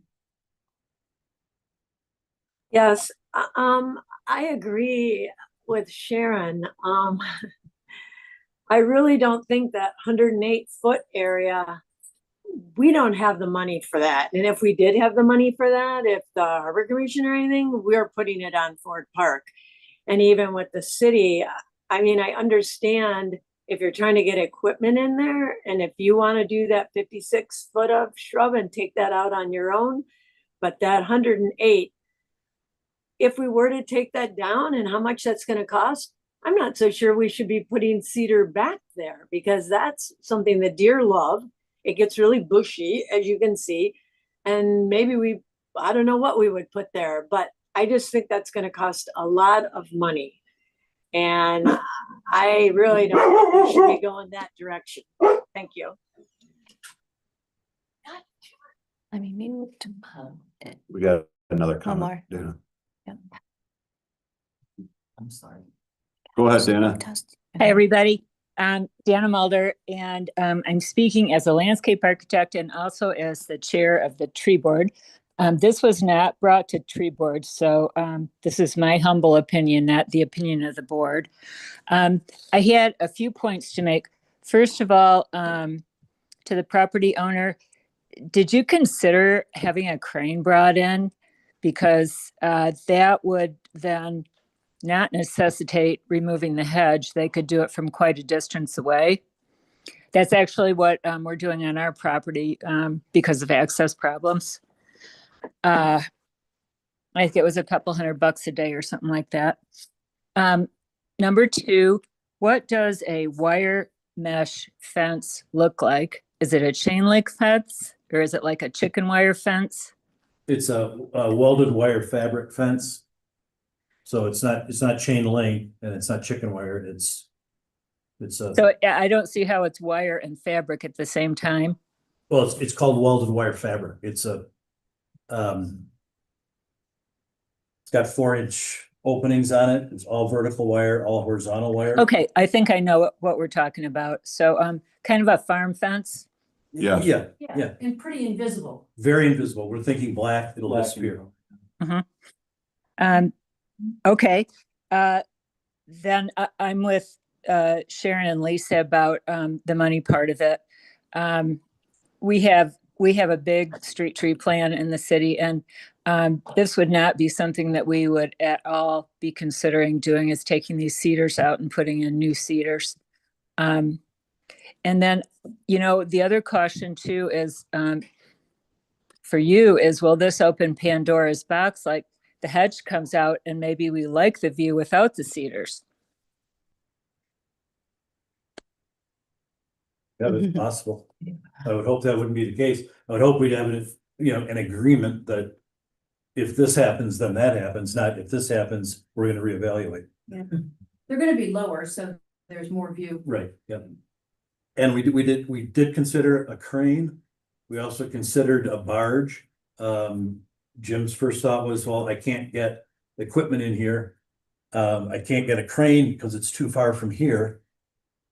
From the road all the way out to here. And when he mentioned having a barge, that exponentially increased the cost of taking out some willow trees by It's too shallow. 5-fold. And they couldn't get in there anyway, It's too water wise, shallow. depth wise. Right, too shallow.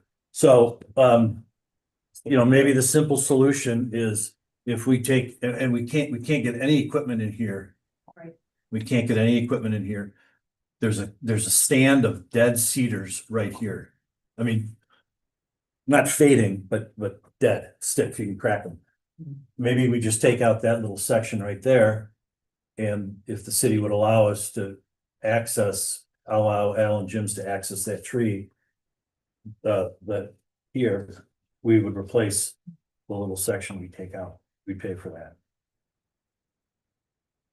That might be the most palatable solution. In theory. Yeah. Cause it's not in the capital improvement plan, and this would be a capital improvement plan conversation, because it's gonna be, for the city, it's gonna be a fair amount of money. And then I'm looking at the welded wire fence as well, and it's like, that's a lower grade than a chain link fence. It's not as pleasant view as a chain link. Would you, that's, I'd say it disappears much greater than. chain but link. it's more easier to get damaged. We have welded wire around our shrub in our backyard to protect our trees. Yeah, and when we do that, on our architectural projects, we use this fence, we put a cable at the top and a cable at the bottom, and it's pretty taut. Yeah, it's taut, yeah. Yeah, I mean, if kids are gonna climb on it, they're gonna climb on it and damage it, but. The entirety of the welded wire fence is on your property and you're free to do that. Anyway, am I correct? That's correct, yeah. Correct. And And the city's not paying for the fence Correct. itself. We're just talking about removing the cedars that are there now and potentially replacing them. Right. And the replacement cost is $26,000. The city's portion. Correct, 26. Yeah. So if you take the removal and you're talking close to probably 50 grand. For the city? The removal is probably, His whole project. Well, let's say Alan Jim's can cut all this down to a stump for $8,000. Yep. I'm just taking a guess. If we paid a third of that, let's call it half. We pay half, city pays half. So that 4,000 would be added to the $26,000 for the city's replacement portion of it. So it's it'd be 30,000. Then we still have to take the stumps out.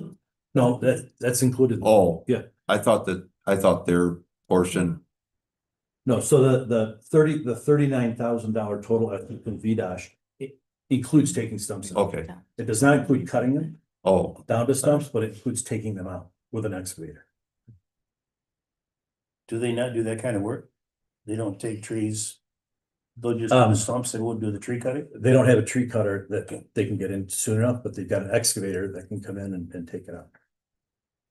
So I think that my spitball estimate is that the city's total cost here would be 30,000. And our total expense here would probably be 20,000. Karen has a question. I'm in support of what Lisa said and Dana has also said. We don't have the money. We just talked about Ford Park and even having a little bit of money to spend on Ford Park even this next year or two. I just don't see how we would even consider doing this. Plus, personally, I love willow trees. So I know it's not my decision, but I just don't see how we could pull this off right now with a limited budget that we have. Thank you.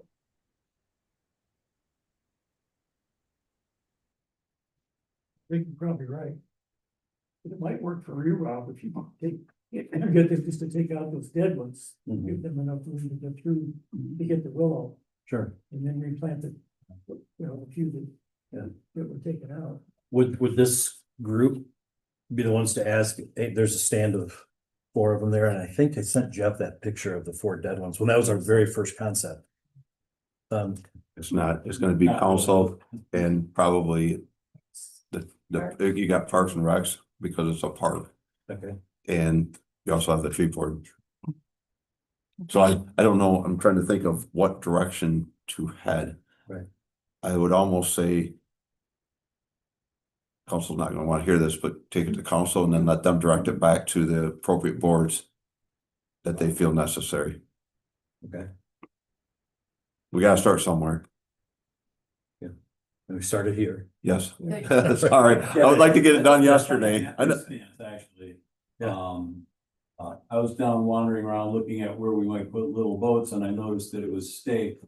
And I said something to Jeff and then Jeff said something, somehow. I just talked. Came around and so I'm not actually advocating, I think it could be a nice solution. I personally don't want to see a 12-foot hedge going up all the way to the water. I like opening up the view and that sort of thing. It doesn't matter to me a lot. I do think that when I got in and looked at that, the state of that hedge, there's an old snow fence that's basically rotting away. There is actual barbed wire in there that's been there forever from somebody who decided that's where the line should be a long time ago. And if, a couple of those pictures, if you look at the one looking north from the south end of it, it's not really up to our high standards of what our property ought to look like, and it is our property. And whether it could be considered maintenance as opposed to like a new capital, I think basically was about, we've got trees that are dead, we're gonna take out dead trees and put in new trees, or just take them out. It's worth kicking the idea around. You get a chance to collaborate and clean up that whole thing and make it look like an integrated, well done. Well, and Rob's proposal gives us a little more footage on the road. Yeah, we would, and if you look at the hedge on his property. The blue section on this is actually a gain of square footage, and the good visual gain as you're looking down the sidewalk. It opens up the view a little bit. And that may be something you wanna do anyway. To just plant these. take down the other and just from a. Well, so the other is on the city property right now. Yeah. He can't. So I can't take it out. Yeah. Right. And it did go to it was discussed at the Parks Board meeting last night because the fact of a fence or something like that was recommended because so that dogs wouldn't, they're sort of in that area. Yeah. And if we remove the trees and no fence, they would be on your property. For sure. And you don't want that. Yeah. And this is when you look at the pictures and if you go look at it, I think just the onus is on the city to maintain their property. It does not look maintained. No, I would agree. So I think there should be some thought put into maintaining for aesthetics and also for safety. It's an opportunity. I look at it, It's an opportunity to clean it up. right. And if you have barbed wire, some of this other, people get hurt, those types of things. So I do think it needs to be looked at for maintaining our property. This might be an avenue to look, doing some of that. Yeah, it's an opportunity that you could possibly help share the cost. I just, Right. without it being budgeted, it's an Yeah, I'm issue. not saying I'm gonna pay for it. No, but I do agree. We have somebody that's willing to pay a little bit. Yeah. Dan- The plus is that you're offering to redo the fence all the way down, which Right. that's a huge expense. Yeah. And our, selfishly speaking, we're under a bit of a time crunch because, we can't do any construction in Weekly after June 30th, right? And a fence is considered construction. And big landscape stuff is considered construction, so we're not allowed to do that. Well, what if we did it in the fall? Well, our daughter's getting married in her front yard in September. So, if my daughter wasn't getting married, I wouldn't be here tonight. So it all backs up to that. We know who's that. But, We know who's that, right? yeah, right. Yeah, you bet. Dana, do you want to go ahead with your question? Yeah, I think a simple way to solve this, which would solve the money problem and the homeowner's problem, is just to let him do what he needs to do on his side of the property line. Take out whatever Ford need to be taken out to help him with the willow. And I guess the other question I had is, you say the willow's dying and there may be dead branches, but, and I guess it's your property, so the tree board wouldn't have anything to say if you wanted to take it out. But I think a lot of people have sort of a sentimental attachment to that willow. It's just very pretty there, at least from the beach. But if you did all of this on your property, and you paid to take out those few cedars that need to come out, I think that would solve the problem. Yeah, I mean. I don't think it's fair for you to be able to come in and jump to the front of the line on capital improvements when there's much bigger priorities. Right. We'd be happy, if there's 6 dead cedars right here. If, quite simply, we can get permission to take those out, we'll take them out. We'll pay if you want us to replace them, we'll replace them, or if you want us to give the city X dollars, we can do that, but we think we also need access across there. So how about that? I'm gonna recommend that we'll add another thing to the agenda for Monday's meeting. Okay. At least a discussion. So that, and if you could come back to that meeting and present basically, because I think this had twofold as used it, Bill. One was a kayak edition or a small sailboat. That's one of the options. But as far as what the shrubs are, that should come back to the parks and it should come back to the city council. You guys have no bench, but there's not a lot of bearing for you. The two things are not tied together, although They are. they would be if that were to happen. So they create space for kayak storage or small sailboat storage. I'm still in favor of using the space that we already have and have used in the past for small sailboats, but that's the next discussion. Yep. So if you're good with us, I'll add it to the agenda for Monday's meeting. Yeah. It'll be later. Yeah, that's fine. And if I can't make it back in person, can I attend online? Yeah, we're having issues. I just can't promise what's gonna happen. Yeah, I keep losing video. Yeah. But if you can't make it, you can't make it. Okay. And then, one thing to mention in there too is the fence that's in there that's fallen down, it's barbed wire, it's chicken wire, it's a little bit of everything. Pictures. Yeah, and that's the fence actually, it looks So good. that's, that you can't really see, but that's looking straight up up the property line from that flag. You can see directly above it, there's another little purple derple. It's not a great photograph, but so you're looking right up the line there as to everything on the left of that belongs to the city. It is our problem. Yeah. So theoretically, I mean, we, as property owners, we can cut at the property line, is that correct? Correct. Yeah. Yeah. Straight wall, right on the Yeah, property. your property. Okay, so maybe that's what we do. So, That's the alternative. so my summary for the council meeting would be to remove those like 4 or 5 dead ones in the middle. Yeah. And that will gain you access to Allen Jim's and that you'll replace them. Yeah. Is that right? That's correct. And with the city, to do it, you have to let them come across the Yeah, the beach. Zoll Beach, the Zoll Beach part. and ask the city to remove the fence. Yeah. Like the length of the fence, just because it's an eyesore. Well, if you're gonna put new fence in too, the old fence, so. But this is a temporary thing. Well, we might. Everybody's playing coy, so, Dan, I have another. we would probably put in a fence anyways, but to do that, we may have, I'm sure there's sections of the hedge we're gonna have to cut right on the property line to get our fence there. Which, I don't know how that will affect the health of those trees, but you know, if they're on the property line, they're on the property line, right? But we probably would put in a fence anyways.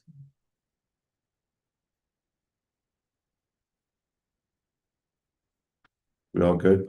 Dan, Oh, did you have another question or not? Dana, do you have another question? I hit it. Okay, can you hear me? Yes. I think one thing that would make the whole thing more palatable too is to consider doing like split rail or something better than welded wire. We have welded wire too, and it does not hold up, and you get kids climbing over it, which you know will happen. And then who replaces it, you know, if it gets all bent up. And then I would assume that the fence would be on your side of the city's hedge. It'd be on our side, on our property, on our side of the property line. Yes, right. Okay. Yeah, and if you did do split rail, you still could. Oftentimes the landscapers will staple chicken wire or welded wire to the back of it so that you know, you can keep the small dogs in as well. Okay. Well, you have history with the fence you want to use. Yeah, I'm completely satisfied with the fence we want to use. I mean, we've used it in pretty significant projects. Disappears. The idea too is that the new hedge, you sit so close to the fence You can see the fence. that it's gonna grow into the fence, make the fence disappear, and that becomes a green wall. Yeah. The green wall becomes the fence, essentially.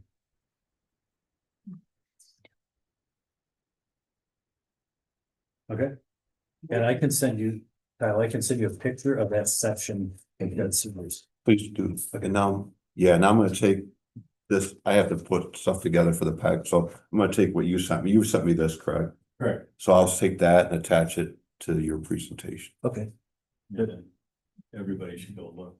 The pictures are okay, but they're not seeing it in person. Yeah, feel free if Makes more sense in person. if you want to walk, so we've got a gate right here, but there's also a little bit of space you can walk through right there. Feel free to walk through that if you want to walk down there, take a peek. And I'd recommend at some point that this goes to the Parks Board, because that, if we're gonna follow through, Yeah. that's a part. Not really our purview. Correct. Kind of, this is how it got. Yeah. Okay, terrific. Brought into the system. Thank you very much. Thanks, Rob. Thanks, Rob. Thank you. Thank you. Great day. Alrighty, moving on. I'm just gonna say, okay, the next thing is the concept of putting little sailboats. Can you bring go back to the Zoll Street photos? Go. Right there. Back. One more down. Right there, okay, those rails have been there since before that concrete went in. Zoll Street was initially, like years ago, it was just the road ended. It was a 2-track that ended in the lake. And then a bunch of locals who were sailboard aficionados upgraded the thing with sand and grass and made it more of a little park. And over the years, little dinghies have been stored along those rails for access to the mooring field and people who wanna have dinghies there. We have always prohibited, motors at Zoll, only allowing hand launched, hand retrievable, small craft. Our current rule limits that to 12 feet.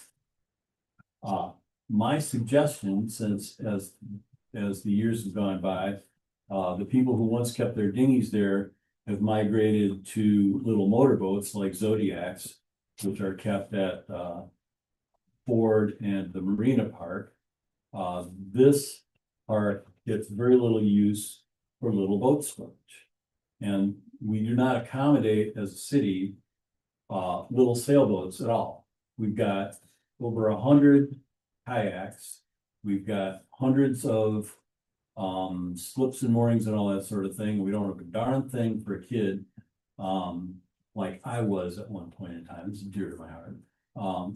Who buys a little sailboat and wants to be able to access the water. So we also have a very strong competitive fleets of lasers and 420s, all of which are less than 15 feet long. There are a bunch of different sailing designs in the 12 to 14 foot range that weigh less than 150 pounds, can be dragged up and down the beach by one person or on a little dolly. And I would like to see us change the rules and maybe establish new rules for the use of that space for little sailboats. I'd suggest that we limit it to 15 feet, which would allow lots of different little designs that are popular. That we keep the no motor thing.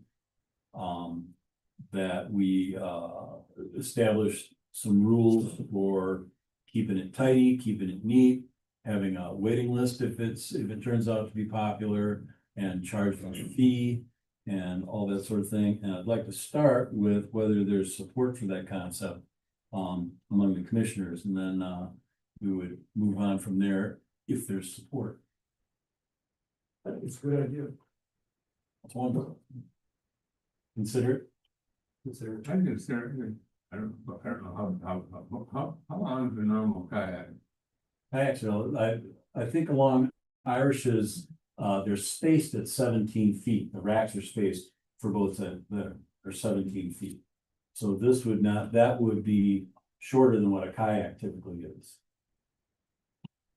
And I suppose it wouldn't be exclusive, it would not be exclusively for little sailboats. Somebody wanted to keep a dinghy or something like that.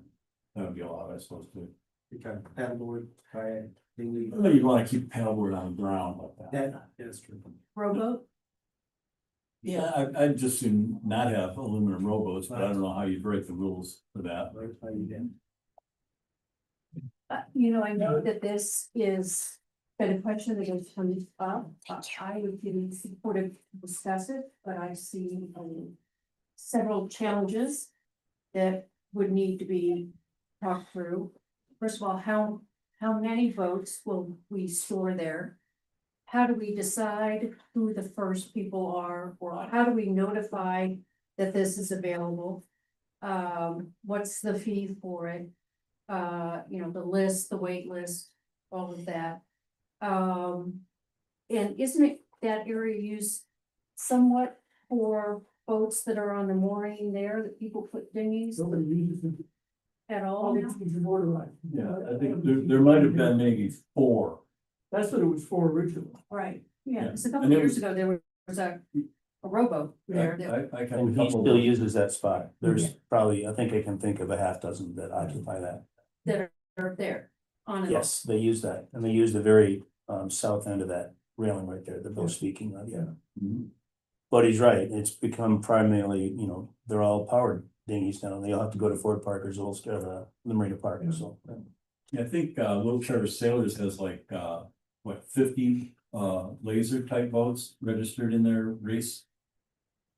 I wouldn't be surprised. So We have a question. it's a popular avocation. And if you can keep a little boat there as opposed to trailering it down every Wednesday night or whatever it is that they do. That reduces trailers, it reduces traffic, it makes it more feasible for a young person on a bicycle to have a sailboat. And so, So you're talking maybe 50 lasers there? no, It's only 60 feet. I don't, yeah, well, the whole. Exactly my From the point. road to the water is like 150 feet, but you've got rocks at one end and parking at the other end, so. I would say just swagging at it, 12 to 20. There's a cable. At some point in time, Cable's it's gone, a, John. Well, we could put a cable. we would do some sort of, I don't call it engineering, but somebody would go down and figure out, from here to there.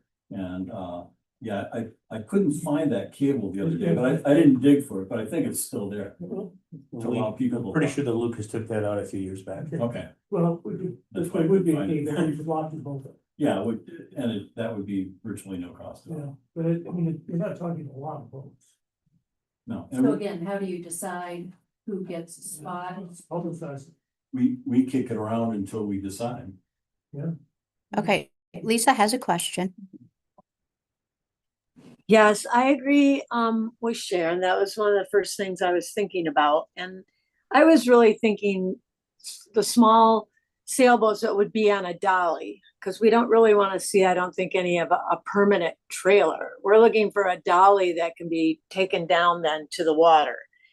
I guess I was thinking maybe a dozen boats, and we would have to have a wait list. I think we do have to have a list. We do have to have deposit for it, just like the kayaks. The big thing will be is how do we do the publicizing of the announcement of it so everybody feels like they all knew. But I would also like to see a time frame. And maybe it's 3 years, maybe it's 5 years. Because these boats aren't real expensive and people are doing something right now. I don't think they're going to go out and buy a boat if they get a spot just for this. But I really would like to see a turnover on it so that other people could use it too. So maybe it's a 5-year. So your name comes on the list, you get your spot there for 5 years, and then it can go to the bottom of the list, but we could let other people come too. Now, I know Irish was having an issue with all the lasers being stored near their place, and they were asking LTYC to look for some other location or what could they do. And, that's something else that we had talked about maybe at Ford Park too. So maybe there's a place at Ford Park where the laser contingency could go because they're, with the other ones that are at LTYC.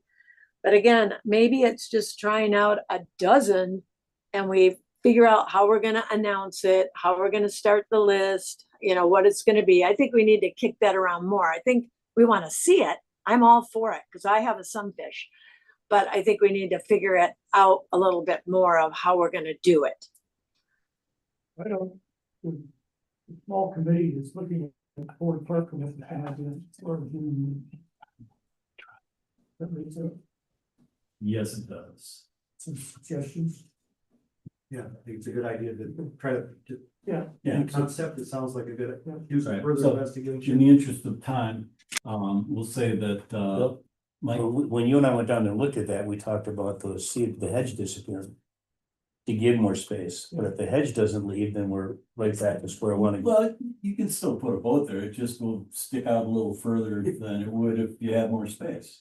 John, and I was trying to, what did you just suggest? I missed it. I'm sorry, Kyle. No, you're good. And Karen and I are on this little ad hoc committees. Okay. Coming up with ideas for Ford Park. Trying to do the same thing with some suggestions for how to set this up and what to set up. Prior to our June 10th. Yeah, this concept, I've got some notes from 2017 that the Harbor Commission was kicking this around.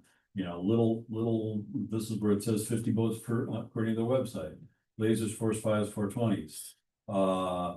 14 feet is what I have down here, which would include 420s, lasers, Force 5s, sunfish, dolphins and such, typical. If we limited it to 150 pounds and 5 feet, that would eliminate the 420s, but none of the others from that list. see, there's 100, at this point in time, 10 years ago, it was 100 feet of end-to-end racks. So this is not a new concept, but I think, if, and I'm getting an idea that, yeah, let's pursue this. Anybody who has anything they want to throw in, you can email me or call me or whatever, but, John and Karen and I will work on putting together some sort of a thing that covers all these bases that we're talking about. The one- We talk about it in a month. One thing I'd recommend too is to include, this is a park, it's a dog beach. Yep. And you take space away from that, so I would strongly recommend getting with Danny and include him in on this conversation because it's a park and it's a well-utilized park. It is. More dog park, more of a recreation area than a boat launch area. At this point. Yes. So you're gonna take that away, I'm just saying, I don't know that any dogs would be excluded by the presence of a little boat sitting along the. no, but I'm just telling you that No, I More understand. traffic, the I parking understand. there is an issue to begin. with. collaboration between you and them would be beneficial. Yep. Cool, well, we will pursue that.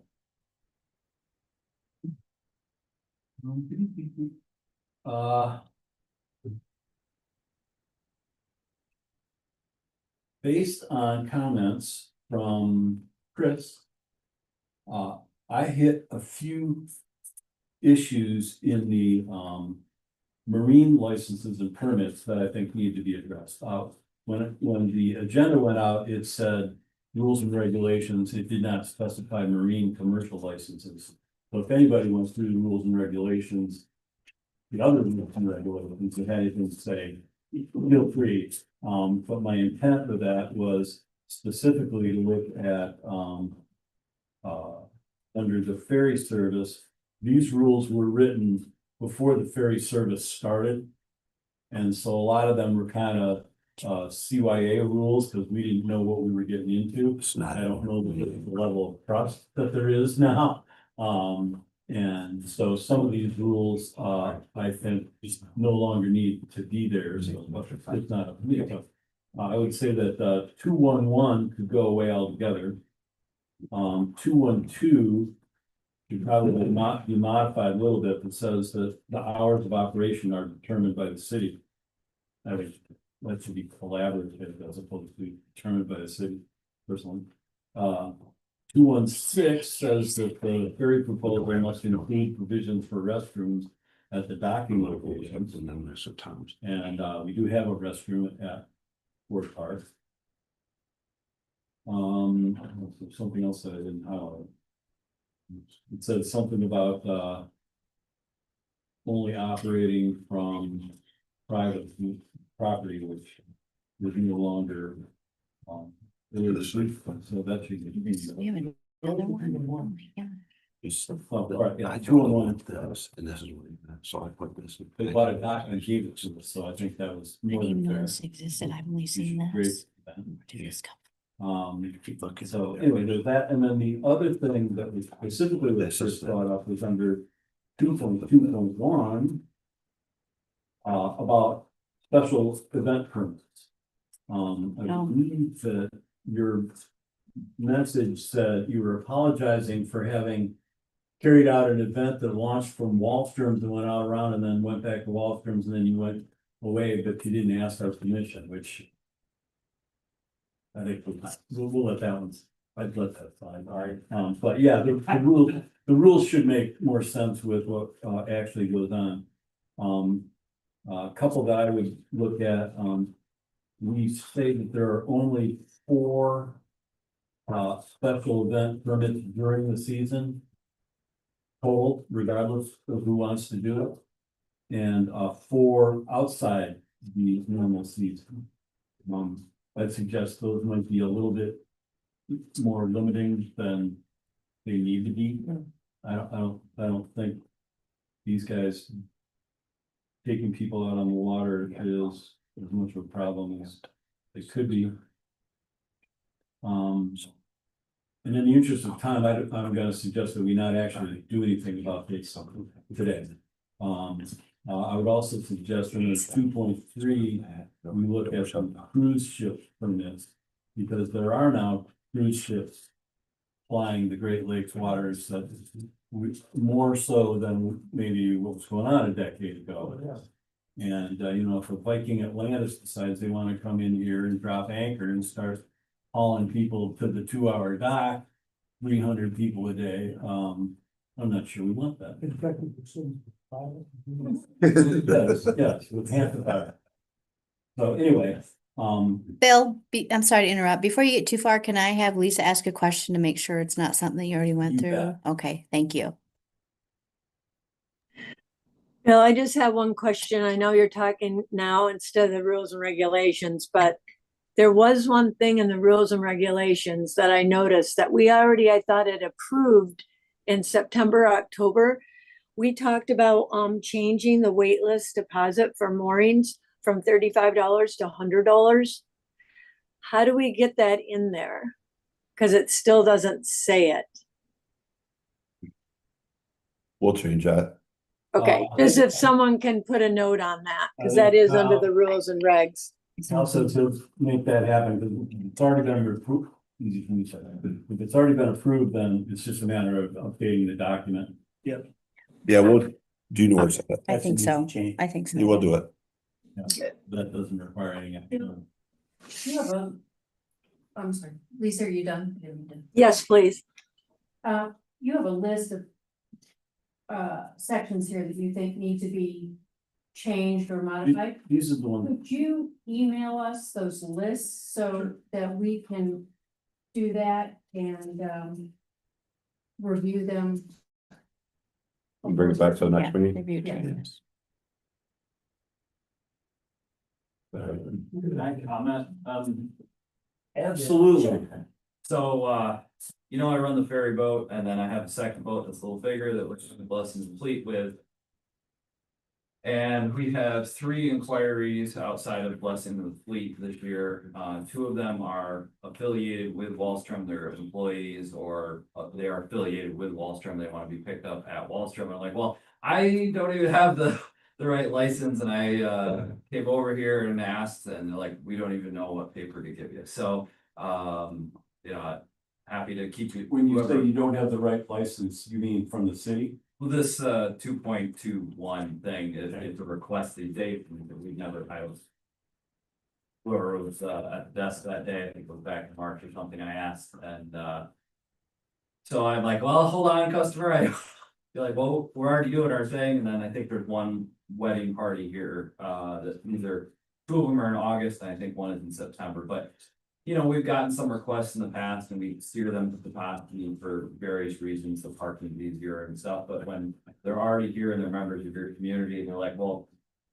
This is my backyard, I want it, you know, why can't you pick me up here? Where do you dock the Princess at Wallstrom's? Well, it's kind of, you have to sneak in around, cause there's like a shallow spot between the Ford Park launch and Wallstrom, so you have to. Really hug Wallstrom's docks coming in there, but we're on the outside there.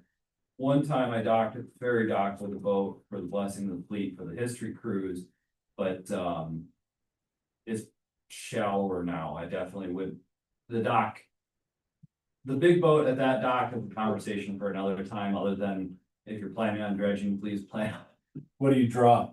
Well, the big boat draws about 7 feet at the back end, and, you know, I didn't hit the bottom, but I could tell I was. Close. Very, very close. That little suction thing going? Well, it clogged all my toilets from the marine, sucking the dirt off the bottom, but then coming back out the buoy for the channel was a real pain to maneuver around and everything, so if there is some sort of long-term discussion about dredging in the dock at Ford Park and everything, and if we're comfortable moving ahead with a handful of private excursions that are affiliated with Harbor Springs or however this is, just in the future, as we're kind of thinking the plan strategically for this and dredging, and the city's making an investment in dredging, the equipment's all here. Are we talking the big boat or the small? The big one, and the small boat's 50 feet, the big boat's 65. The small boat draws 3.5 feet. We're good for at least the next 3 years, it looks like for And him. I'm sorry, where would you load for? At Wallstrom for all the events at this point is, unless the kitty dock is available, but I understand that's a whole different ask, and I'm not asking to do it, so. So this Wallstrom's is putting in some new finger piers along what I think I'm hearing you describe. Bill, those are going on the seawall, Yeah, and then the floating dock. you're off the floater. Yeah. Well, Okay, it's like the floater along the seawall. Right. That's what I was on. Right. Where the boats are loaded in and out. Yeah, right, we're just half the travel lift. yeah, you might want to take a look. I'm still not 100% convinced because There's they are a- putting in new fingers. There's a section of dock past that corner of the seawall that tucks in. And then they've had, I think it's 120-foot boats in that length, and it's all floated. You know that's what he's talking about? Yeah. Okay. That's Wasn't there a regulation that is probably part of this, but commercial ferry boats. I remember the first time we got the island, whatever, from Mackinac Island here for Pleasant Fleet, that was a huge deal because we didn't have commercial ferry boats. And now if using, respect, a commercial ferry boat on a regular basis here, that's, isn't that contrary to? There's the ferry service. That Right. is the scheduled route carry ferry, and then there's special events, which is what we're talking about. Right. So what you're asking them to make that more of a normal occurrence, and in the past, it was really a special event. There's no doubt about it, people have different events up here and they're looking for places to have those events, whether it's a wedding or something lower key, a birthday party or whatever, but people in the Harbor Springs community here. And, again, we accommodate as much as we can, but when they're asking in here, I said I would ask, and I said, I don't know the permitting, and I don't think it's as frequent as you want it to be, and I would be fine with a limit on how many of them, I'm not asking you to do 100 events out of here, I'd rather keep it at the dock over there, and it's kind of, it's easier to run the same thing over and over again out of Petoskey and accommodate the events there, but there's 3 to 4 events a year that want pickup over here, and that's just kind of what I've seen, and I do my best to steer them over there, and it's an opportunity for this community. I don't know what other organizations besides the Historical Society would want to do some sort of an event, and rather than go around and around, it's like I can do up to 3 a year, and this is what it is, or whatever the number is, but Yeah. Well, it's good for us to know the situation. yeah.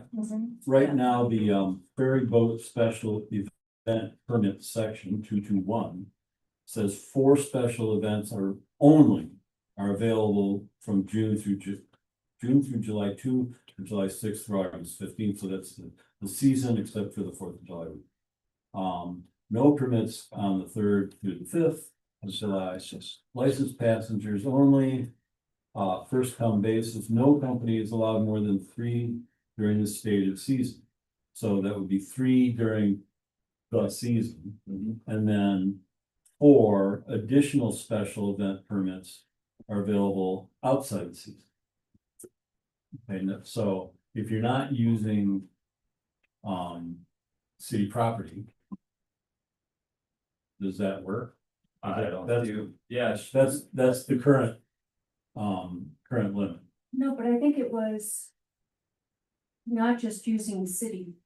The first time we had the Isle Royale come, we loaded and disembarked from Wallstrom. But we had to get a permit to have a commercial ferry in the harbor. They have to get a permit. Well, I'm sorry, Yeah, we yeah. meaning I was chair of it at the time, so, and I remember what a big deal it was. So, Yeah, I think that's one, I don't know when this was written and when you're thinking of it. well, I think that it was under this, but I remember JB saying that the history here was not to have a lot of ferry tour boats here. Right. So And I'm not trying to run excursions and sell tickets over here for that. Right. I'm trying to accommodate Right, members of the private, community, right, I you know, and that's. And if I could take them out on the ferry boat, I would, but the ferry boat really isn't meant for entertaining, it's meant for back and forth service and it's a smaller capacity. So 3 in season and 4 out of the season, you go with that? Yeah, Right, so no problem. great. I do still think that these 3 parts of the regular ferry service, the docking must be private. The frequency is determined by the city and they have to provide a restroom. Are obsoleted. The restrooms on the boats. Yeah. So. Chris, did you say that you're not sure who to go to? Or they're not sure what form? Yeah, that was part of it, is I was like, well, here it is, and where do I fill out the application? And I asked for the application, and they said they'd never seen one, so, There was sort of, I believe the conversation, were you talking here? yeah. It was, the conversation was because we had the contract. I wouldn't be surprised to learn that there is no form for this. There's not, it was basically, never it done was a it. contract. Yeah. Yeah, so, and that's part of the contract that they already have with us. I don't know I have not visually seen the contract. These were written No. before we had a contract. Okay. Yeah, So- yeah, this was written before, like, 2013. when you guys were a proposal. Yeah. Yeah, so.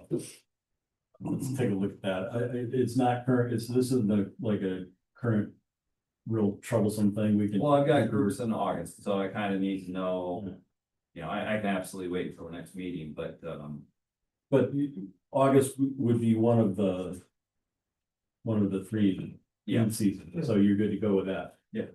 Okay. And both of those pickups are at Wallstrom's? Yeah. And the third one? Is. I've got to talk to them, but at this point, Wallstrom was pretty accommodating last year when I didn't realize there's even a regulation. So, Yeah, and thank you for bringing that up. Yeah. But the ferry service, just another side that, I had some uncertainty last year, leading into last season, I didn't know we were understaffed. We've really put a focus on staffing up the boat this year. The ferry's gonna run an hour earlier this year, on farmers market days, so that's Wednesdays and Saturdays here and Fridays in Scotty.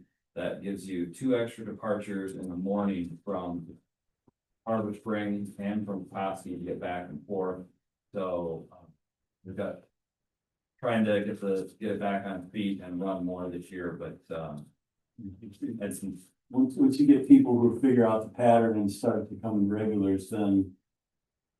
Yeah, the afternoon's always been stronger, but the evening rush has always been stronger than the morning, but I think maybe actually we weren't running early enough in the morning and, so The anyway, farmer's market schedule might be a job. That's a great idea. so we're gonna be putting a lot of emphasis on ferry this year. it's brewery. Great. We good on that? Thank So you. everybody take a look. I will email out a list of the issues that I'm aware of on.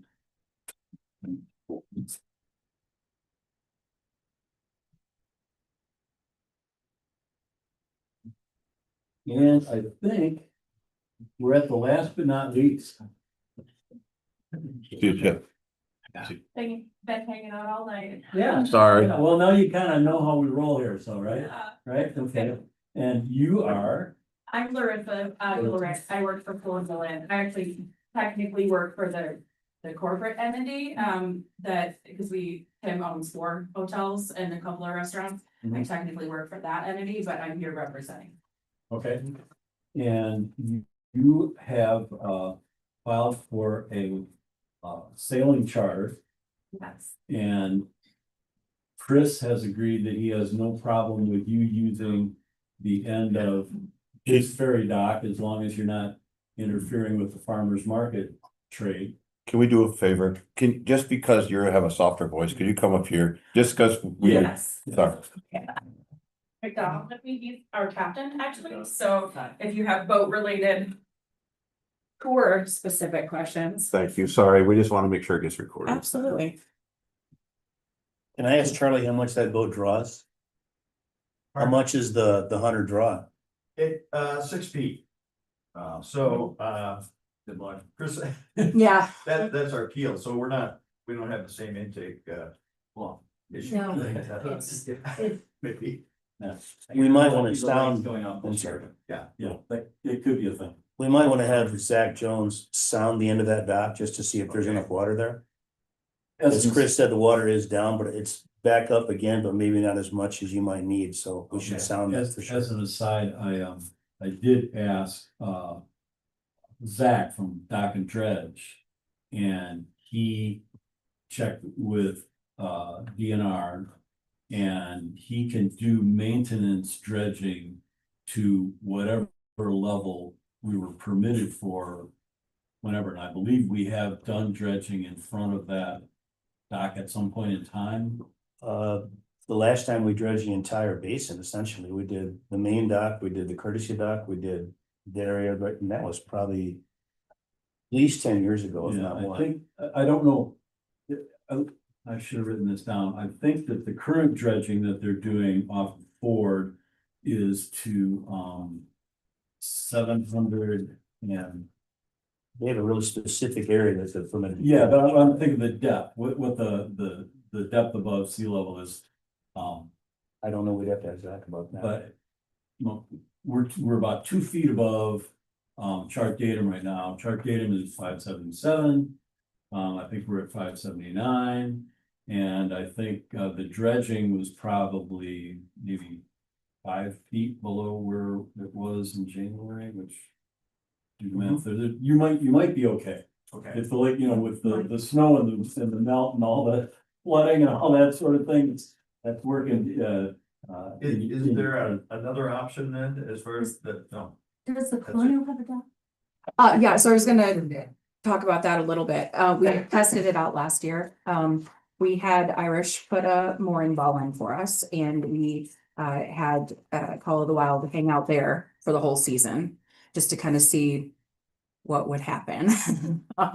And it worked out pretty well. We did have, some maintenance that had to be done with the mooring ball with some drastic whipping that happened at one point later in the season, but it held the whole time. So we know that it can be there and safely. The major issue, and the reason that we brought this to all of you today, is that we are limiting drastically who can take part in this sailboat tour. If we do it with our dock, with our dinghy, transferring them over to our boat, they have to physically be able to lift themselves out of the dinghy, up the ladder into the sailboat in order to actually take part in this. That limits small children, that limits. You can't use the weak dock. No, unfortunately, I don't Yeah, just- believe. Yeah, no, and so basically the limitations that we have is that we're limited to a very small range of people, basically. Anyone who doesn't have any physical limitations, anyone, I mean, I feel like that's cutting potentially the people that can take part in this in half. So while it's not something that we're against, if we can't make this situation work, that is what we're going to do for the first year. But we would obviously like people to be able to get on the boat safely, and this is a slightly less safe version, we think. And then also to just, we would like to be a part of being like an asset to the community too. We don't want to do this just for us. A lot of the communication that we've had with the Chamber of Commerce, a lot of the communication that I've had with Bill even is, we want to be able to donate some rides to things. We want to be able to encourage people to come, take part in this. We did join Historic Hotels of America this year as well. And one of the big pushes that they pursued with us was making sure that we're tapping into history of all sorts of the area and also into our hotel. And something that is deeply historic for Tim's family is sailing. So that's something that we've really tried to pull in.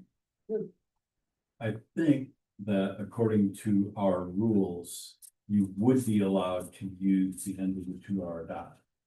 Okay. That is a very, very busy dock. And frequently, it's tied up by people who come in and work from day to other. Yeah. Tie up their boat on the end and then go into town. Okay. And just leave it there, so. if I recall correctly from having read the rules, but, we go back and look at that. Okay, Um, because I wanted to do he that. wanted to do that and that was not allowed. And same with fishing charters. Well, if I am mistaken, then there you have it. But, So frequency, that probably would be very helpful for you to know. So minimum would be once a day, of course, there and back, so technically twice. Maximum, and this is absolute maximum, would be 4 trips, so 8 total. And that is an very unlikely outcome because most people are not gonna book 4 2-hour blocks. Most people are gonna book a sunset tour that's longer, or a 4-hour tour because they want to go, around a little bit further than just getting on the boat and then being on there for an hour. So ultimately, we were thinking that realistically, most days it's going to be 2 trips, realistically.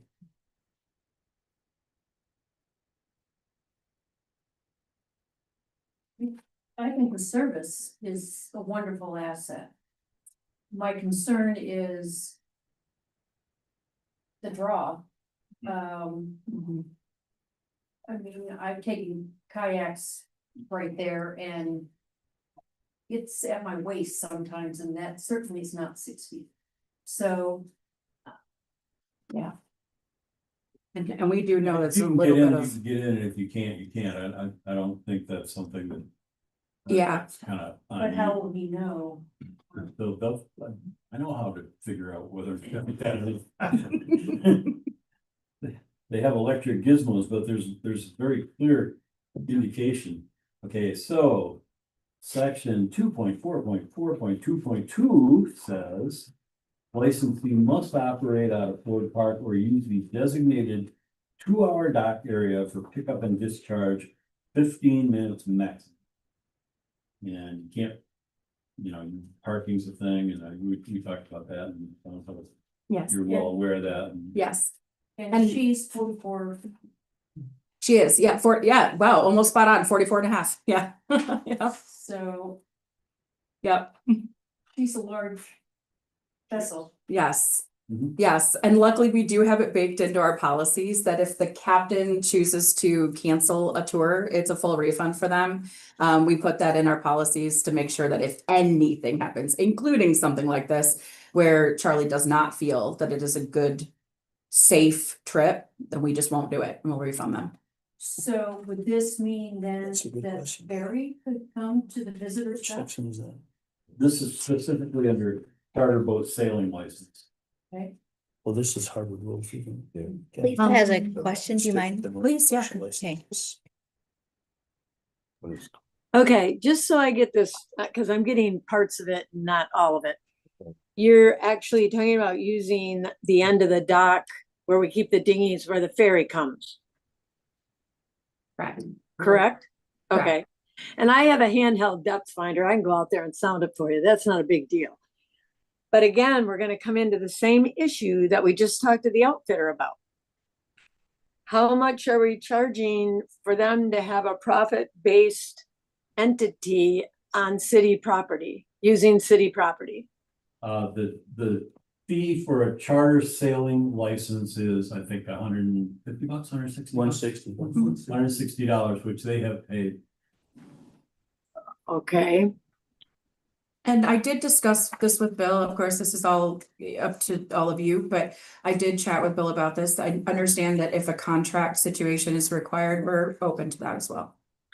So then you would be coming to the dock between the ferry trips. Correct.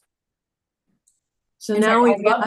I'd love to for sure work we're with gonna have Chris. yeah, for sure, we're gonna have something there then all the time. And we got dinghies going out, we got kayaks going out, we got boats being launched. Yeah, I think we need a little bit more discussion on that. We got awful lot of traffic going on there, guys, for what is it, 300 feet? Forget what you put, 330 feet of frontage on Lake Michigan. That's all I have to say. How many passengers will you take regularly? 6. Maximum 6. So they would arrive in the same car, maybe? We would hope so, yes, most often. And also if there ever are guests, we would cart them down. We have cars on site. They wouldn't drive, if they were our guests staying at the hotel, they wouldn't drive themselves. We would drive them down. Do you think most of these trips will be afternoon, evening? I mean, that's when the wind picks up, so. Honestly, I think most people are gonna want the sunset cruises, so I think they're gonna want the later in the evening. Personally, I'm thinking about the parking challenge. yeah. Yeah, and the good news is I would say it's probably gonna be 50-50 as far as our guests at the hotel versus public rentals. So we don't have to worry about our guests. They're gonna get carted with cars on site down to there, so they won't be driving. We'll be driving them. When's the boat gonna launch? You have any idea? We have our ribbon cutting with the Chamber of Commerce on June 24th, but whether or not we can Gonna go in the openly water before that? yes, it actually is set to be in the water this next week. We actually did all of the mechanical inspections, all the repairs, all the everything last year. And then this year, we just finished our dry dock inspection and our survey. And then we have our dockside inspection is set for next week. So then we'll be all good to go. Everything's done. And custom sales are being put on next week as well. We had those done last year, but they're going up for the first full season this year. So. Might be worth a dry run. To see if you can get to the ferry dock. Sound it first and do a dry run, just so you can get in, if you're comfortable getting the boat in there too. Okay, Yeah. That'd be great. Yeah. I like that.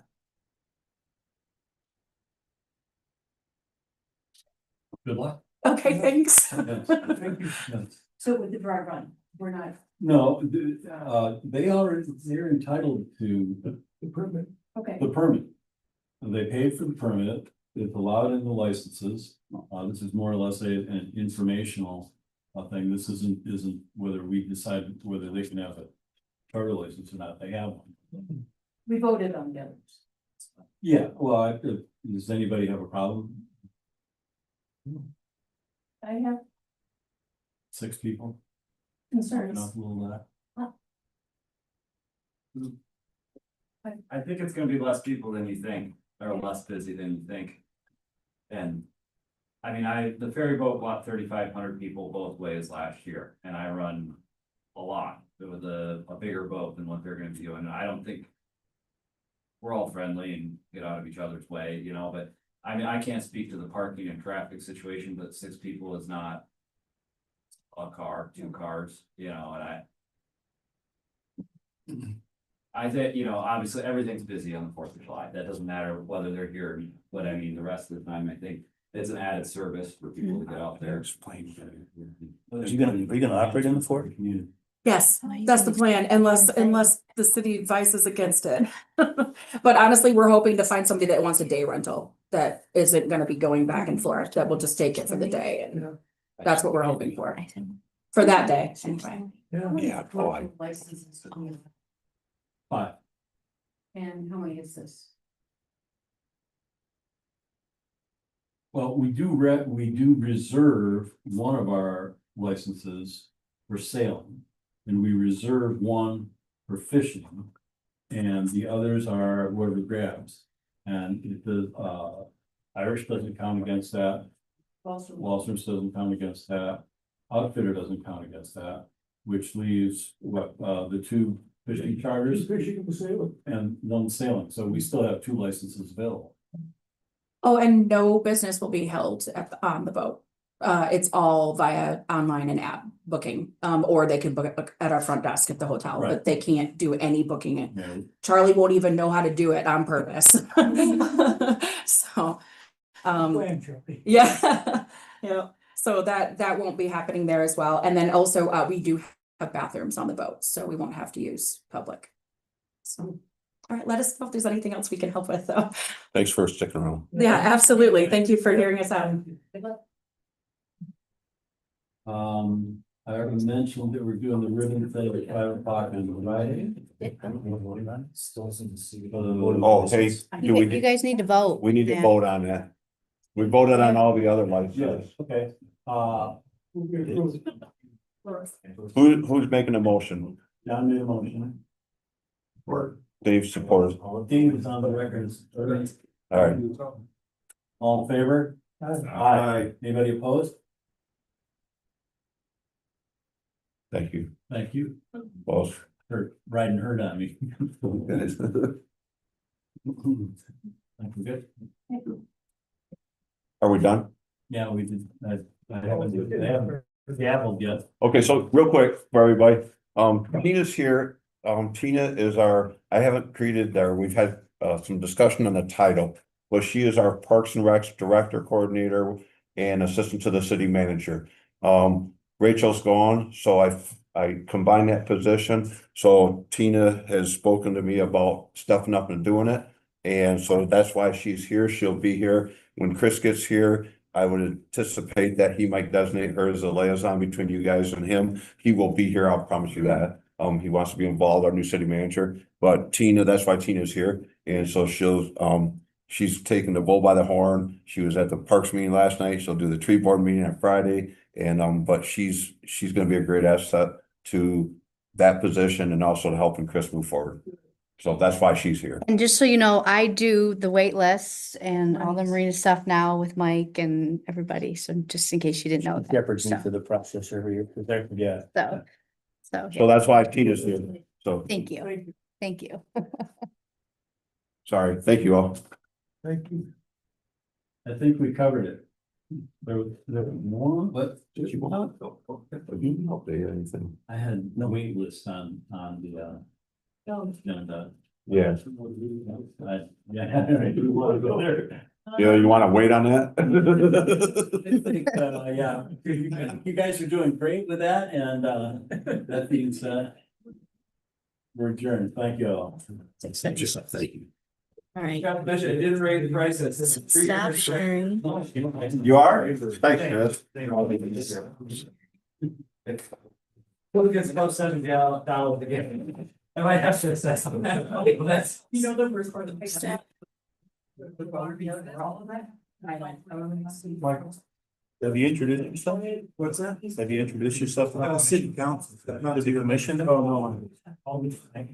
One more thing, has everybody met the new president of Irish Butch?